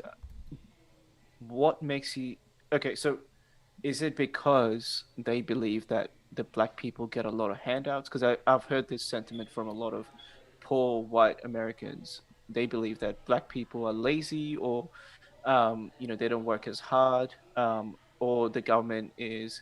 Yeah, I mean, you named the stereotype. There's lots of stereotypes that are used to depict them as having, basically being given handouts, and if they get free healthcare as well, and there's a lot more poor black people than poor white people in the United States, as in not in terms of sheer number, but as a pro rata percentage basis, then per capita, then it's highly likely that poor white Americans will oppose that policy. So my question is, like, the basis that they oppose, like, what is this based on, like, surveys? Like, they surveyed people and they said the reason why that they voted against a policy was because it benefited black people. No, so no one admits to doing that. Like, I mean, if you ask someone, "Are you a racist?" they're not going to say, "Yeah." But if you ask them a question like, why are you opposing something that benefits you, right? And they provide their rationale for that. And if you start to aggregate those results in a survey, it paints an interesting picture because, and again, I'm not saying that poor white Americans are overwhelmingly racist. What I'm saying is that there's to be fair, that is kind of what it's coming off when you say that. Well, they're voting against. No, I'm saying they're a victim as well in the situation. Because they've been denied a good education, as have poor black Americans, and they've been denied an education to be able to make informed decisions. First thing. Second thing is they've been constantly fed through Republican media, conservative media, that these policies are bad for them, and this is. And again, it's not just this one particular policy. When you look at social security, like whatever, and other things that overwhelmingly benefit poor black Americans, seem to have an unusual opposition from poor white Americans, and that needs to be explained. And we can say, yeah, it's racism. I'm not saying that, but what I'm saying is that they are also victim to a system that's kind of denying them an education to make informed decisions and giving them propaganda so they make incorrect decisions. Yeah. Well, that's fine. Like, that's the reason why I was asking, because, like, knowing the motivations behind why people vote against certain policies are pretty important when you want to assess the reason why they vote certain ways, and that's the reason why I was asking, like, how did they know? So it wasn't obviously that because they directly asked them, like, obviously, do you hate black people? Like, that's not what they asked, but like it was my question was more like, how did they? If it wasn't through that, like, how did they infer that it was this reason? Yeah, and I it's interesting that a Affordable Care Act, or Obamacare, actually benefits poor white Americans, right? It benefits them. Yeah, it would technically benefit anybody who's poor. Like, the main thing that when Trump was talking about the Obamacare and I guess the current healthcare plans, where current private healthcare plan participants, I think he said the number was like 180 million. So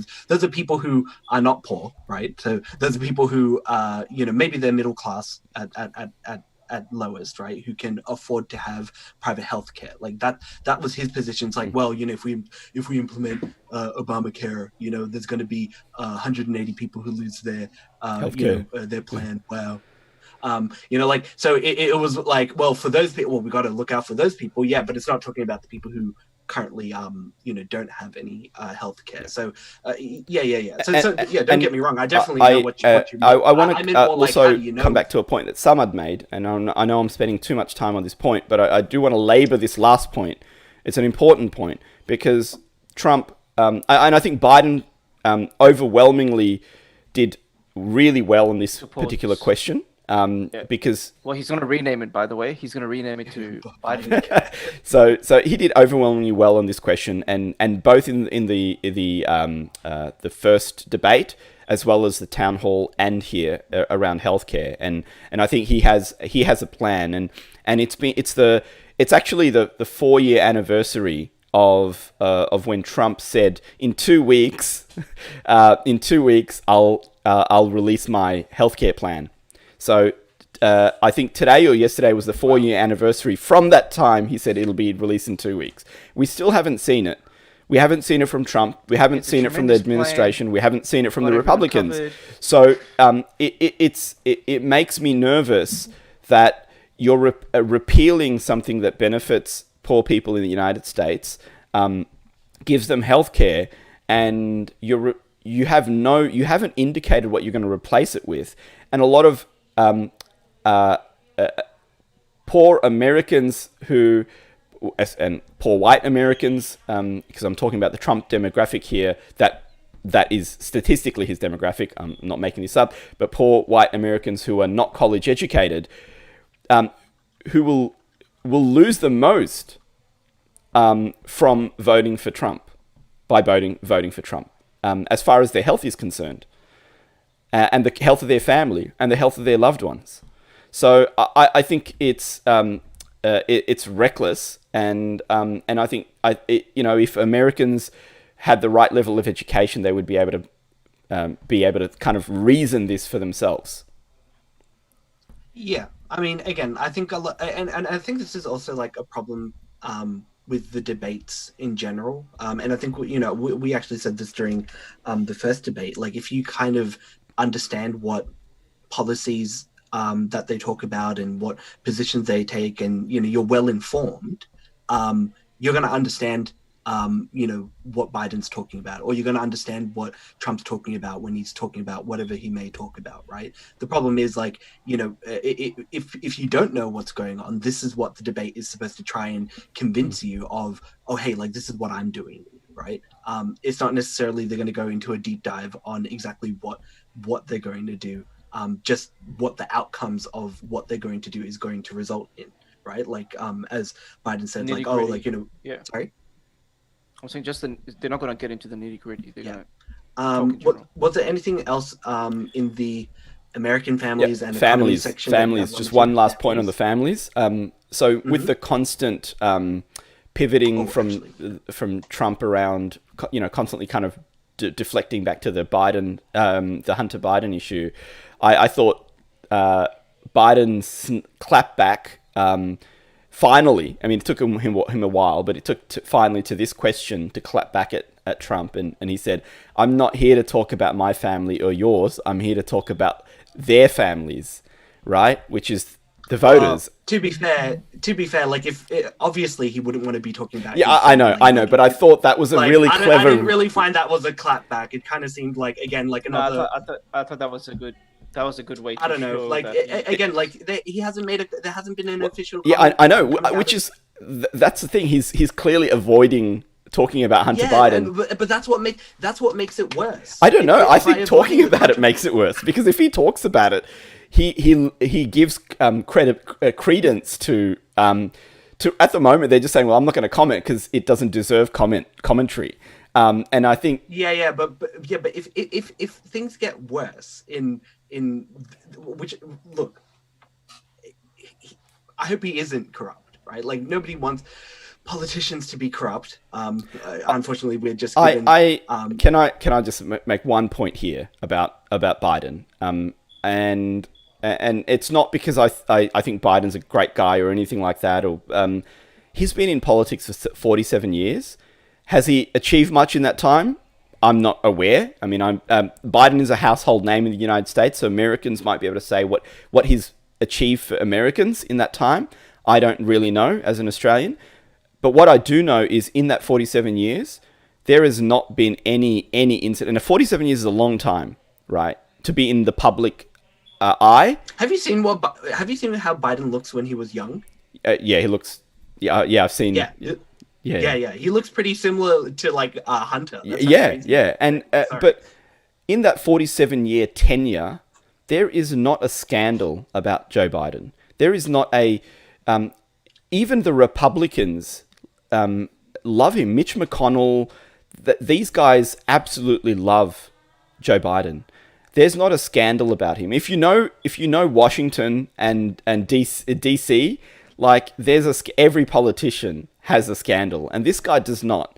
And it doesn't mean that maybe he's I don't know. I'm not making any claim about whether this this email fiasco is true or not. All I'm saying is what we know is in 47 years there is not any recorded case of corruption or claim of corruption or scandal by this man. And I think by all accounts, he is of outstanding character. And if you look at it, you find any other politician in the United States that's been there for 5 years or 10 years or 20 years, and there's dozens of scandals. So I want to be fair to Biden about this. So any criticism, any claim that people make about this guy is corrupt, I'm like, well, in 47 years, you've not shown me any case of corruption, and 3 weeks before an election, if you're going to show that, it's an October surprise for a reason. Yeah, exactly. We said there was going to be an October surprise. I did not expect a laptop at a repair shop. That's for sure. So that's just my take. That's my take. No, that's okay. Again, like you're right. Like he has been around for 47 years, and that's part of the reason why people know him as a household name. Actually, just as a side note, I remembered something from the economy section that was asked. It was about whether or not a $15 minimum wage should be whether now is the right time to raise the minimum wage to $15. What do you guys think? Whew. Well, I think it's a double-edged sword, right? Like the way that people would look at it would be, well, if you're going to put more pressure on the businesses who are already struggling, they might not be able to hire enough people to do the job, so they might have to scale down on their business, right? Mm-hmm. Clearly, the government's not going to support them to move forward with that decision. In terms of the public who is of course working, let's say, on minimum wage, they really are struggling, and there's no doubt about that. People are running 2 jobs just to keep a roof over their head, keep some food on the table. But I think there has to come a raise because of the inflation, right? The things are not getting cheaper, but the wages are also not increasing to meet that demand. So I think that $15, if anything, it's not much of a raise. It's making up for the lost ground for people who are really pushing hard. And you have to remember, unlike us, they don't have tuition support. Not everyone gets a scholarship. So you have to take out a loan. You have your unless you're rich, then you can have unless a scholarship. You're rich. I mean, we're not even talking about the rich, right? Like we're talking about the people who are working on minimum wage, and I think they do deserve that bit of support by raising that minimum wage, and I think the businesses should also consider that, because it does come around, right? Like if people make more money, they'll be able to spend more money, and they'll be able to have a better living standard. And I personally believe that it should be raised to $15. Well, I guess the question was put into the context of like right now, like as in terms of like a COVID-19 situation, whether well, America's going to open things up anyway, right? Like America's going to open up, the economy is going to quote unquote resume from where they left it off, right? So things are going to start slowly opening up with the new COVID normal. But how long are we going to hide behind COVID to not pay? It's going to be a while. Pay rise. That's what I think it's going to be. It's going to be a while. Yeah, I know a lot of companies, they're still making good money, but they're still hiding behind COVID um, to not give any raises. But in terms of and I think that I can, like even if you're not so happy about it, you can let it slide. But when it comes to the minimum wage, I think people are really, really struggling, really, really struggling. Does Pay, does and increasing not their minimum wage to $15? What is it now? What, 13.50 or something like that, or $13? yeah. Yeah, Does something it? like Will that. it? Well, if you're working two jobs, it would make it Well, definitely well, that's would the make a thing. difference. Well, Do we want people to work two jobs? And this is the thing. I'm not going to make any commentary around the minimum wage because I don't think it goes far enough. So I think Well, it doesn't go far enough, but I feel like it's not fun to leave it at 13 either. I think no, 15 no, is no. Yeah, no, sorry, Simon. yeah, Go. I kind of the reason I think is we want even if you have $15, and what will happen is in the next no one's going to touch minimum wage for another 3, 4, 5 years, right? Maybe in the next election, so 2024, that it'll come back up. But in the meantime, people are going to have to work 2 or 3 jobs, so that it doesn't really solve that problem for them. Yeah, sure. It covers maybe the inflation for the next couple of years. Doesn't change their lifestyle. They still have to work as many jobs as they need to. I don't. I think like other policies, it's a band-aid, and so that's why I'm saying it doesn't go far enough.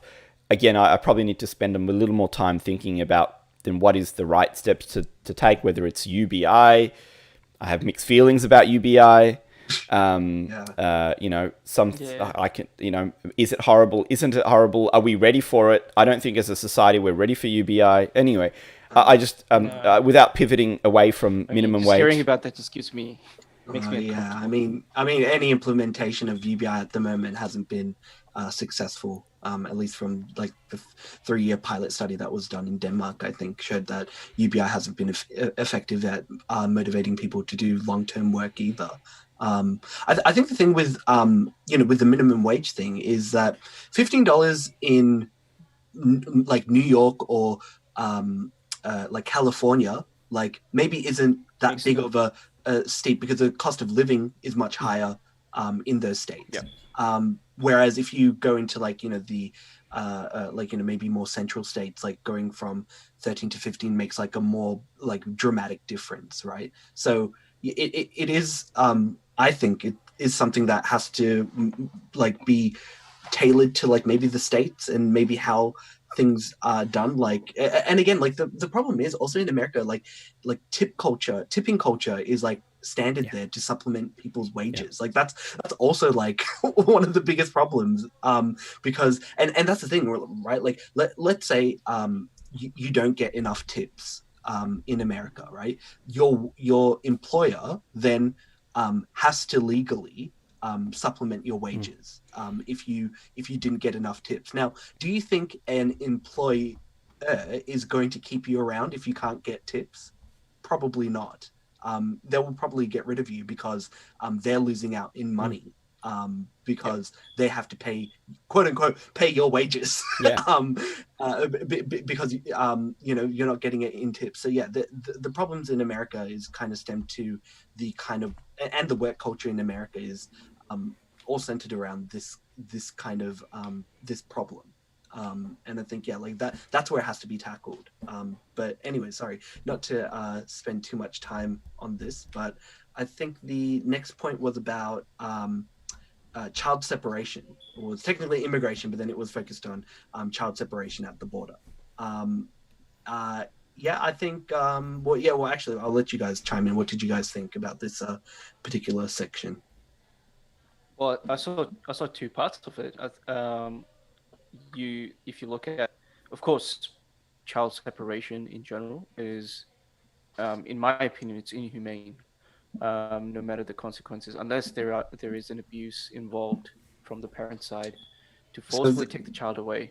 So the problem with Um, so part of the reason why child separation was initially implemented, and it was initially implemented under the Obama administration, was because Yeah. of the fact that people were using children and claiming that these children were theirs, but they weren't necessarily blood related. So that's also Right. another reason why children were separated from their parents. Now, and that's part of the reason why the Trump administration were using it, and then they stopped using it. But yeah, that's where the question kind of stems from. Yeah, and that's what I found, that both sides are equally guilty in one way or another when it comes to being involved in this process. Like, of course, Biden tried to separate himself from the whole thing, but he was the vice president under Obama when these things did become a part of the process. I do want to talk about the Obama one because yes, it was under the Obama administration that child separation policy came in, and there was a lot of lobbying from human rights groups, and then they stopped that. And so I don't think it even lasted a year under the Obama administrations from memory. I could be wrong about that, but so please fact check me.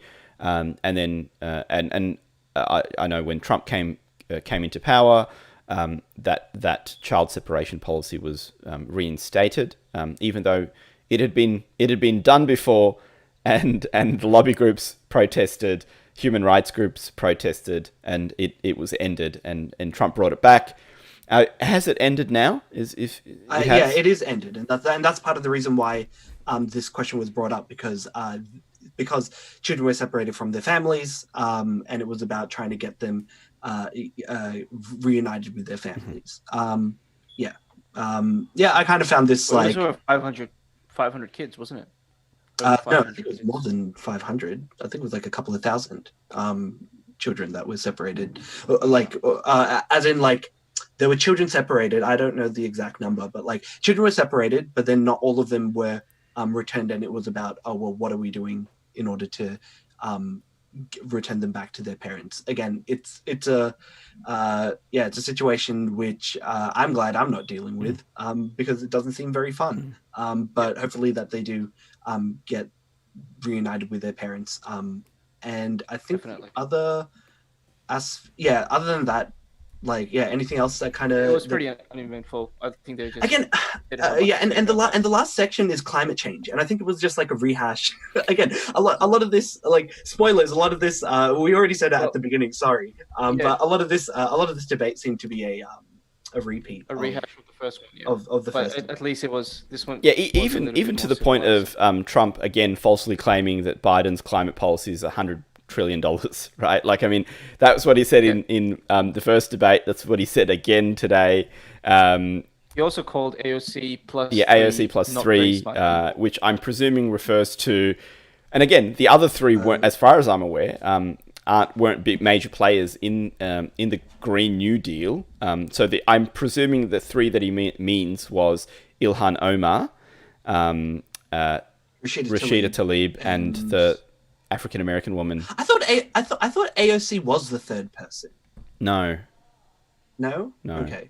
I thought AOC was like the third person, like, or whatever, whoever was the third. I thought those were the three people. No, there's one more. There's one more. She's an Who's the African third American person? woman. Okay. But so it's kind of like AOC plus three. It's like her henchmen, or the three. I don't know what you would call it. Yeah. But The extensions. I mean, even climate change. I think Trump hasn't really got a plan. I do want to say that the transitioning from fossil fuel to renewables is a major driver of the economy, and I think Biden, while he kind of alludes to it, doesn't spend enough time, doesn't really focus on that enough, because Trump talks about the economy a lot, right? And Biden should really kind of clap back with, well, my climate change transition from fossil fuels to renewables will create a lot more jobs. It's better for the economy. It's more sustainable, and which is all true. These are all true things. So I don't know what Trump would say to something like that. Actually, one thing I did want to point out about the climate change section is, like, they brought up the Paris climate accords. Now, one of the things that Trump points out is that China wouldn't be held accountable till 2030, and I think India Yep. is on like a Is I think exempt it's as the well. same with yeah. I think India's exempted as well because they're still considered Developing. developing Developing nations, country. despite being despite both of the it's The like two major America. polluters, yeah. Yeah, it's like America, India, and China are like the biggest polluters, and then the EU is like one big block, right? They're collectively as one unit there, and that's part of the reason why the Trump administration didn't sign the accords because again, China wouldn't be held accountable till 2030. And It would have been back in Russia 20. has Yeah, Russia less too. Russia too. Russia would have a relaxed lower, laws.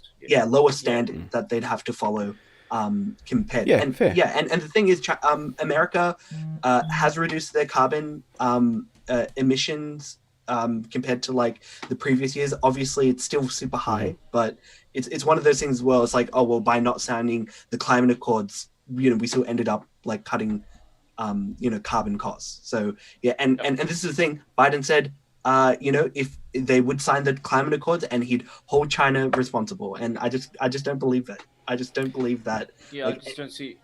I find that I agree with you on that one. Yeah, I think the like, climate, again- the Paris Climate Accords, it's ridiculous. If it's not, We're in it. We are. If anything, that needs a reform. yeah, we are. But again, it's the.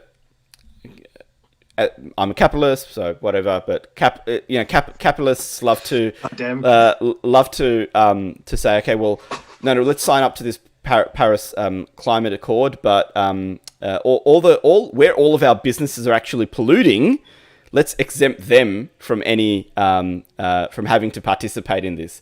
I'm like, that's just wrong, right? Like you can't do that. And again, if businesses like shifting responsibility elsewhere. So okay, well, we're gonna in the United States where our manufacturing's dead anyway. Sure, we'll sign up for the climate accords, but most of our manufacturing operations, which are in India and China, they're exempt from any pollution targets. Like it's just ridiculous.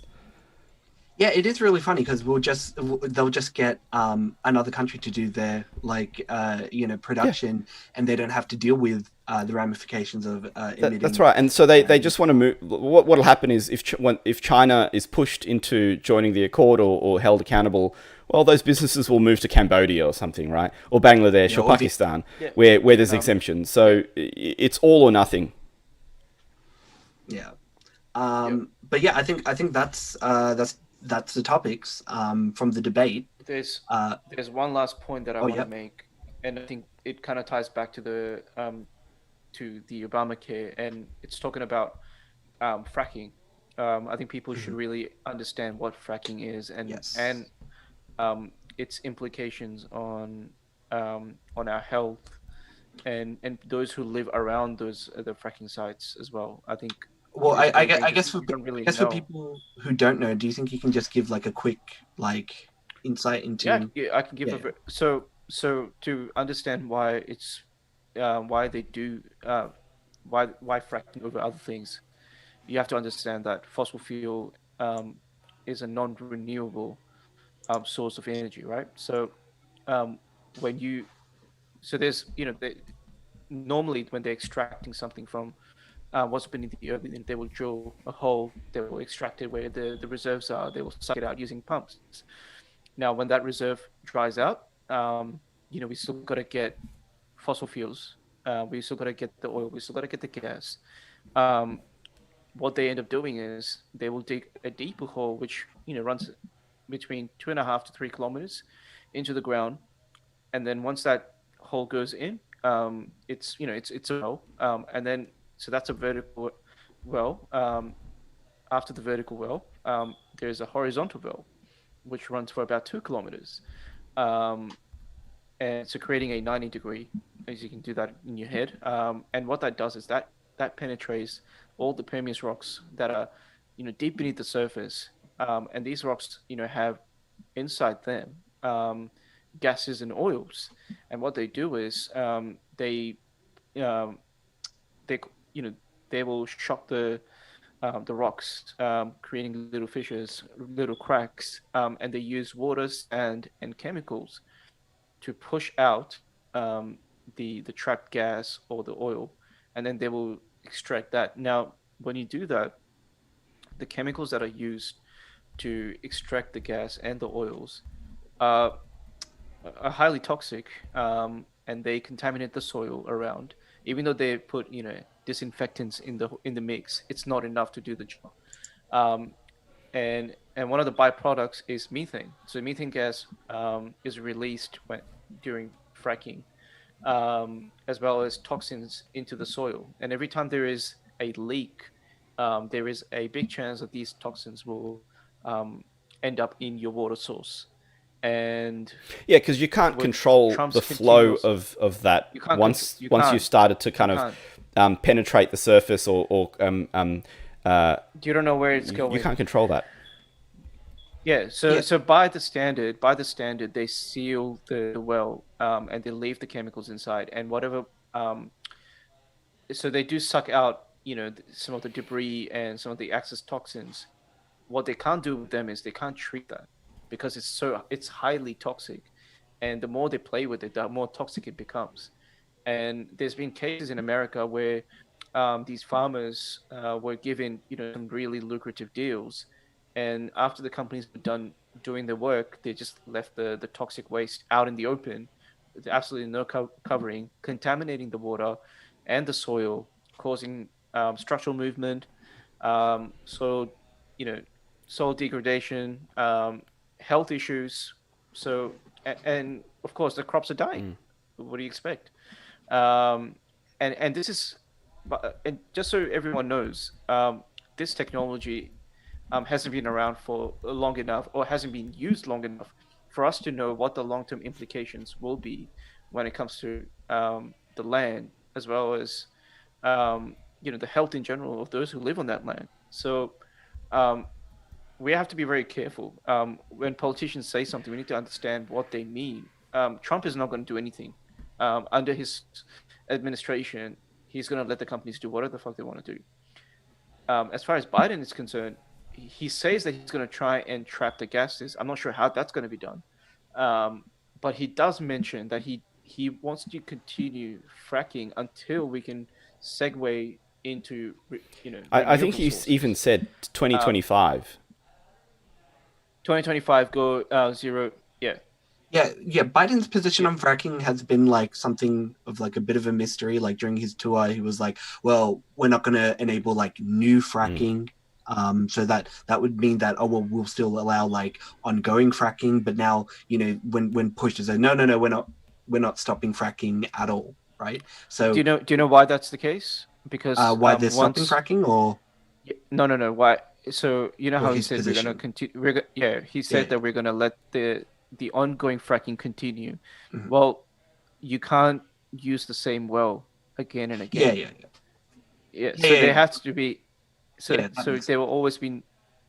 But I guess like when people say because another position earlier I think during the I think the primaries they were saying like there's going to be no fracking, right? So that's Yep, kind of yep. implying that we're going to stop any ongoing fracking, but then he clarified that anything that's ongoing is still ongoing, and then no, I never said I'm going to stop fracking. And the question is because he actually said to Trump, put the video up on your website. Now it's whether or not he'll actually do that. That'll be interesting. My understanding is that Trump took that comment out of context from Biden. So Biden did say, he'll there won't be any more fracking, but he meant it in It's a federal. federal Federal. on federal land. So these fracking companies can still go to private land, and then if there's a deal to be made there, farmers still want to poison their wells, then they've got a deal. So he's not going to stop that. Well, I think most Democrats are against Yeah. fracking. though. I mean, I Most think people- most sane and then- people are against fracking. But again, like most industries, you can't destroying the environment. you can't just turn those things off, right? Like you have to transition away from it. So if there's a plan that's a reasonable It has plan to be to a transition away sustainable from it. That's right. Yeah. Like any nuclear. any other? Well, if only. Yeah. I think we've lost our chance of going nuclear, Yeah, unfortunately. in a different parallel No, universe. the research is still going. The research. No, is well, still the research is though. going. It's just like the mainstream acceptance of nuclear. I think that's I agree. the problem. There is once for a lot of general people who are not related to STEM, who haven't really studied or looked into what for nuclear example, energy is. Yeah, like for example, I there's watched... a negative kind of Yeah, no, sorry, go. yeah, there is a negative bias against nuclear, right? Like when people. Well, yeah, it's due to World War II and Chernobyl. Fukushima and Chernobyl, Yeah. like all that kind of stuff. And the thing is, like, even when I was younger, and when I watched The Simpsons, right? You know how they show like the nuclear power plant, and you have all the smoke, smoke, right? Smoke. Well, it's not actually smoke, but there's nothing harmful about like the vapor that's coming out from the nuclear power plant. It's not like radiation's popping out of it, but like that's what I thought. That's what I thought when I was young. I thought, oh man, that's like really dangerous. I wouldn't want to live in Springfield, right? But that's what when you don't know that, it makes it very difficult to convince people otherwise. Like, hey, you want to live next to a power plant? People won't, right? Because they think they'll get like a single-eyed fish in their local rivers. Now, is there any other topics or comments that you guys wanted to make? I think that covers everything I wanted to comment on today. We are at the over the 2 hour mark, 2 hours and 10 minutes today. So any final comments from either of you before we wrap up the show for today?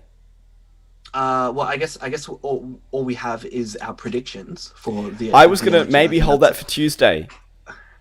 What's happening Tuesday? Tuesday. Mind over matters. Well, yeah. But like, well, I mean, we're Mind Over Matters right now. We are, but stay tuned. If you want to know our predictions... we clickbaited. We actually did it. If you want to stay tuned for our predictions, it's happened. Watch us on Tuesday, 8 p.m. Australian Eastern Standard Time. We'll tell you who we think will win the elections. We'll justify it with facts, guys, cold hard facts. And I think we also wanted to kind of say, well, maybe caveat that. So maybe we think a certain candidate will win. But there could be certain things that might arise in the next couple of days that would nullify our prediction. When's the actual election? I think it's the 3rd of November. 3rd. Yeah. Okay, 3rd. We actually still got like far out. That's so crazy, man. This year's gone so fast. Like it's crazy that we're already going to get potentially a new president in America. That is potentially. Yeah. All right. Well, thank you for listening and watching our show. If you like what you heard, like and subscribe. We'll see you all next week, or I should say Tuesday. So it's not quite a week from now. Australian Eastern Standard 8 Time. p.m. Come check us out. Good night, everyone. Catch you later, guys. We'll see you then. Bye.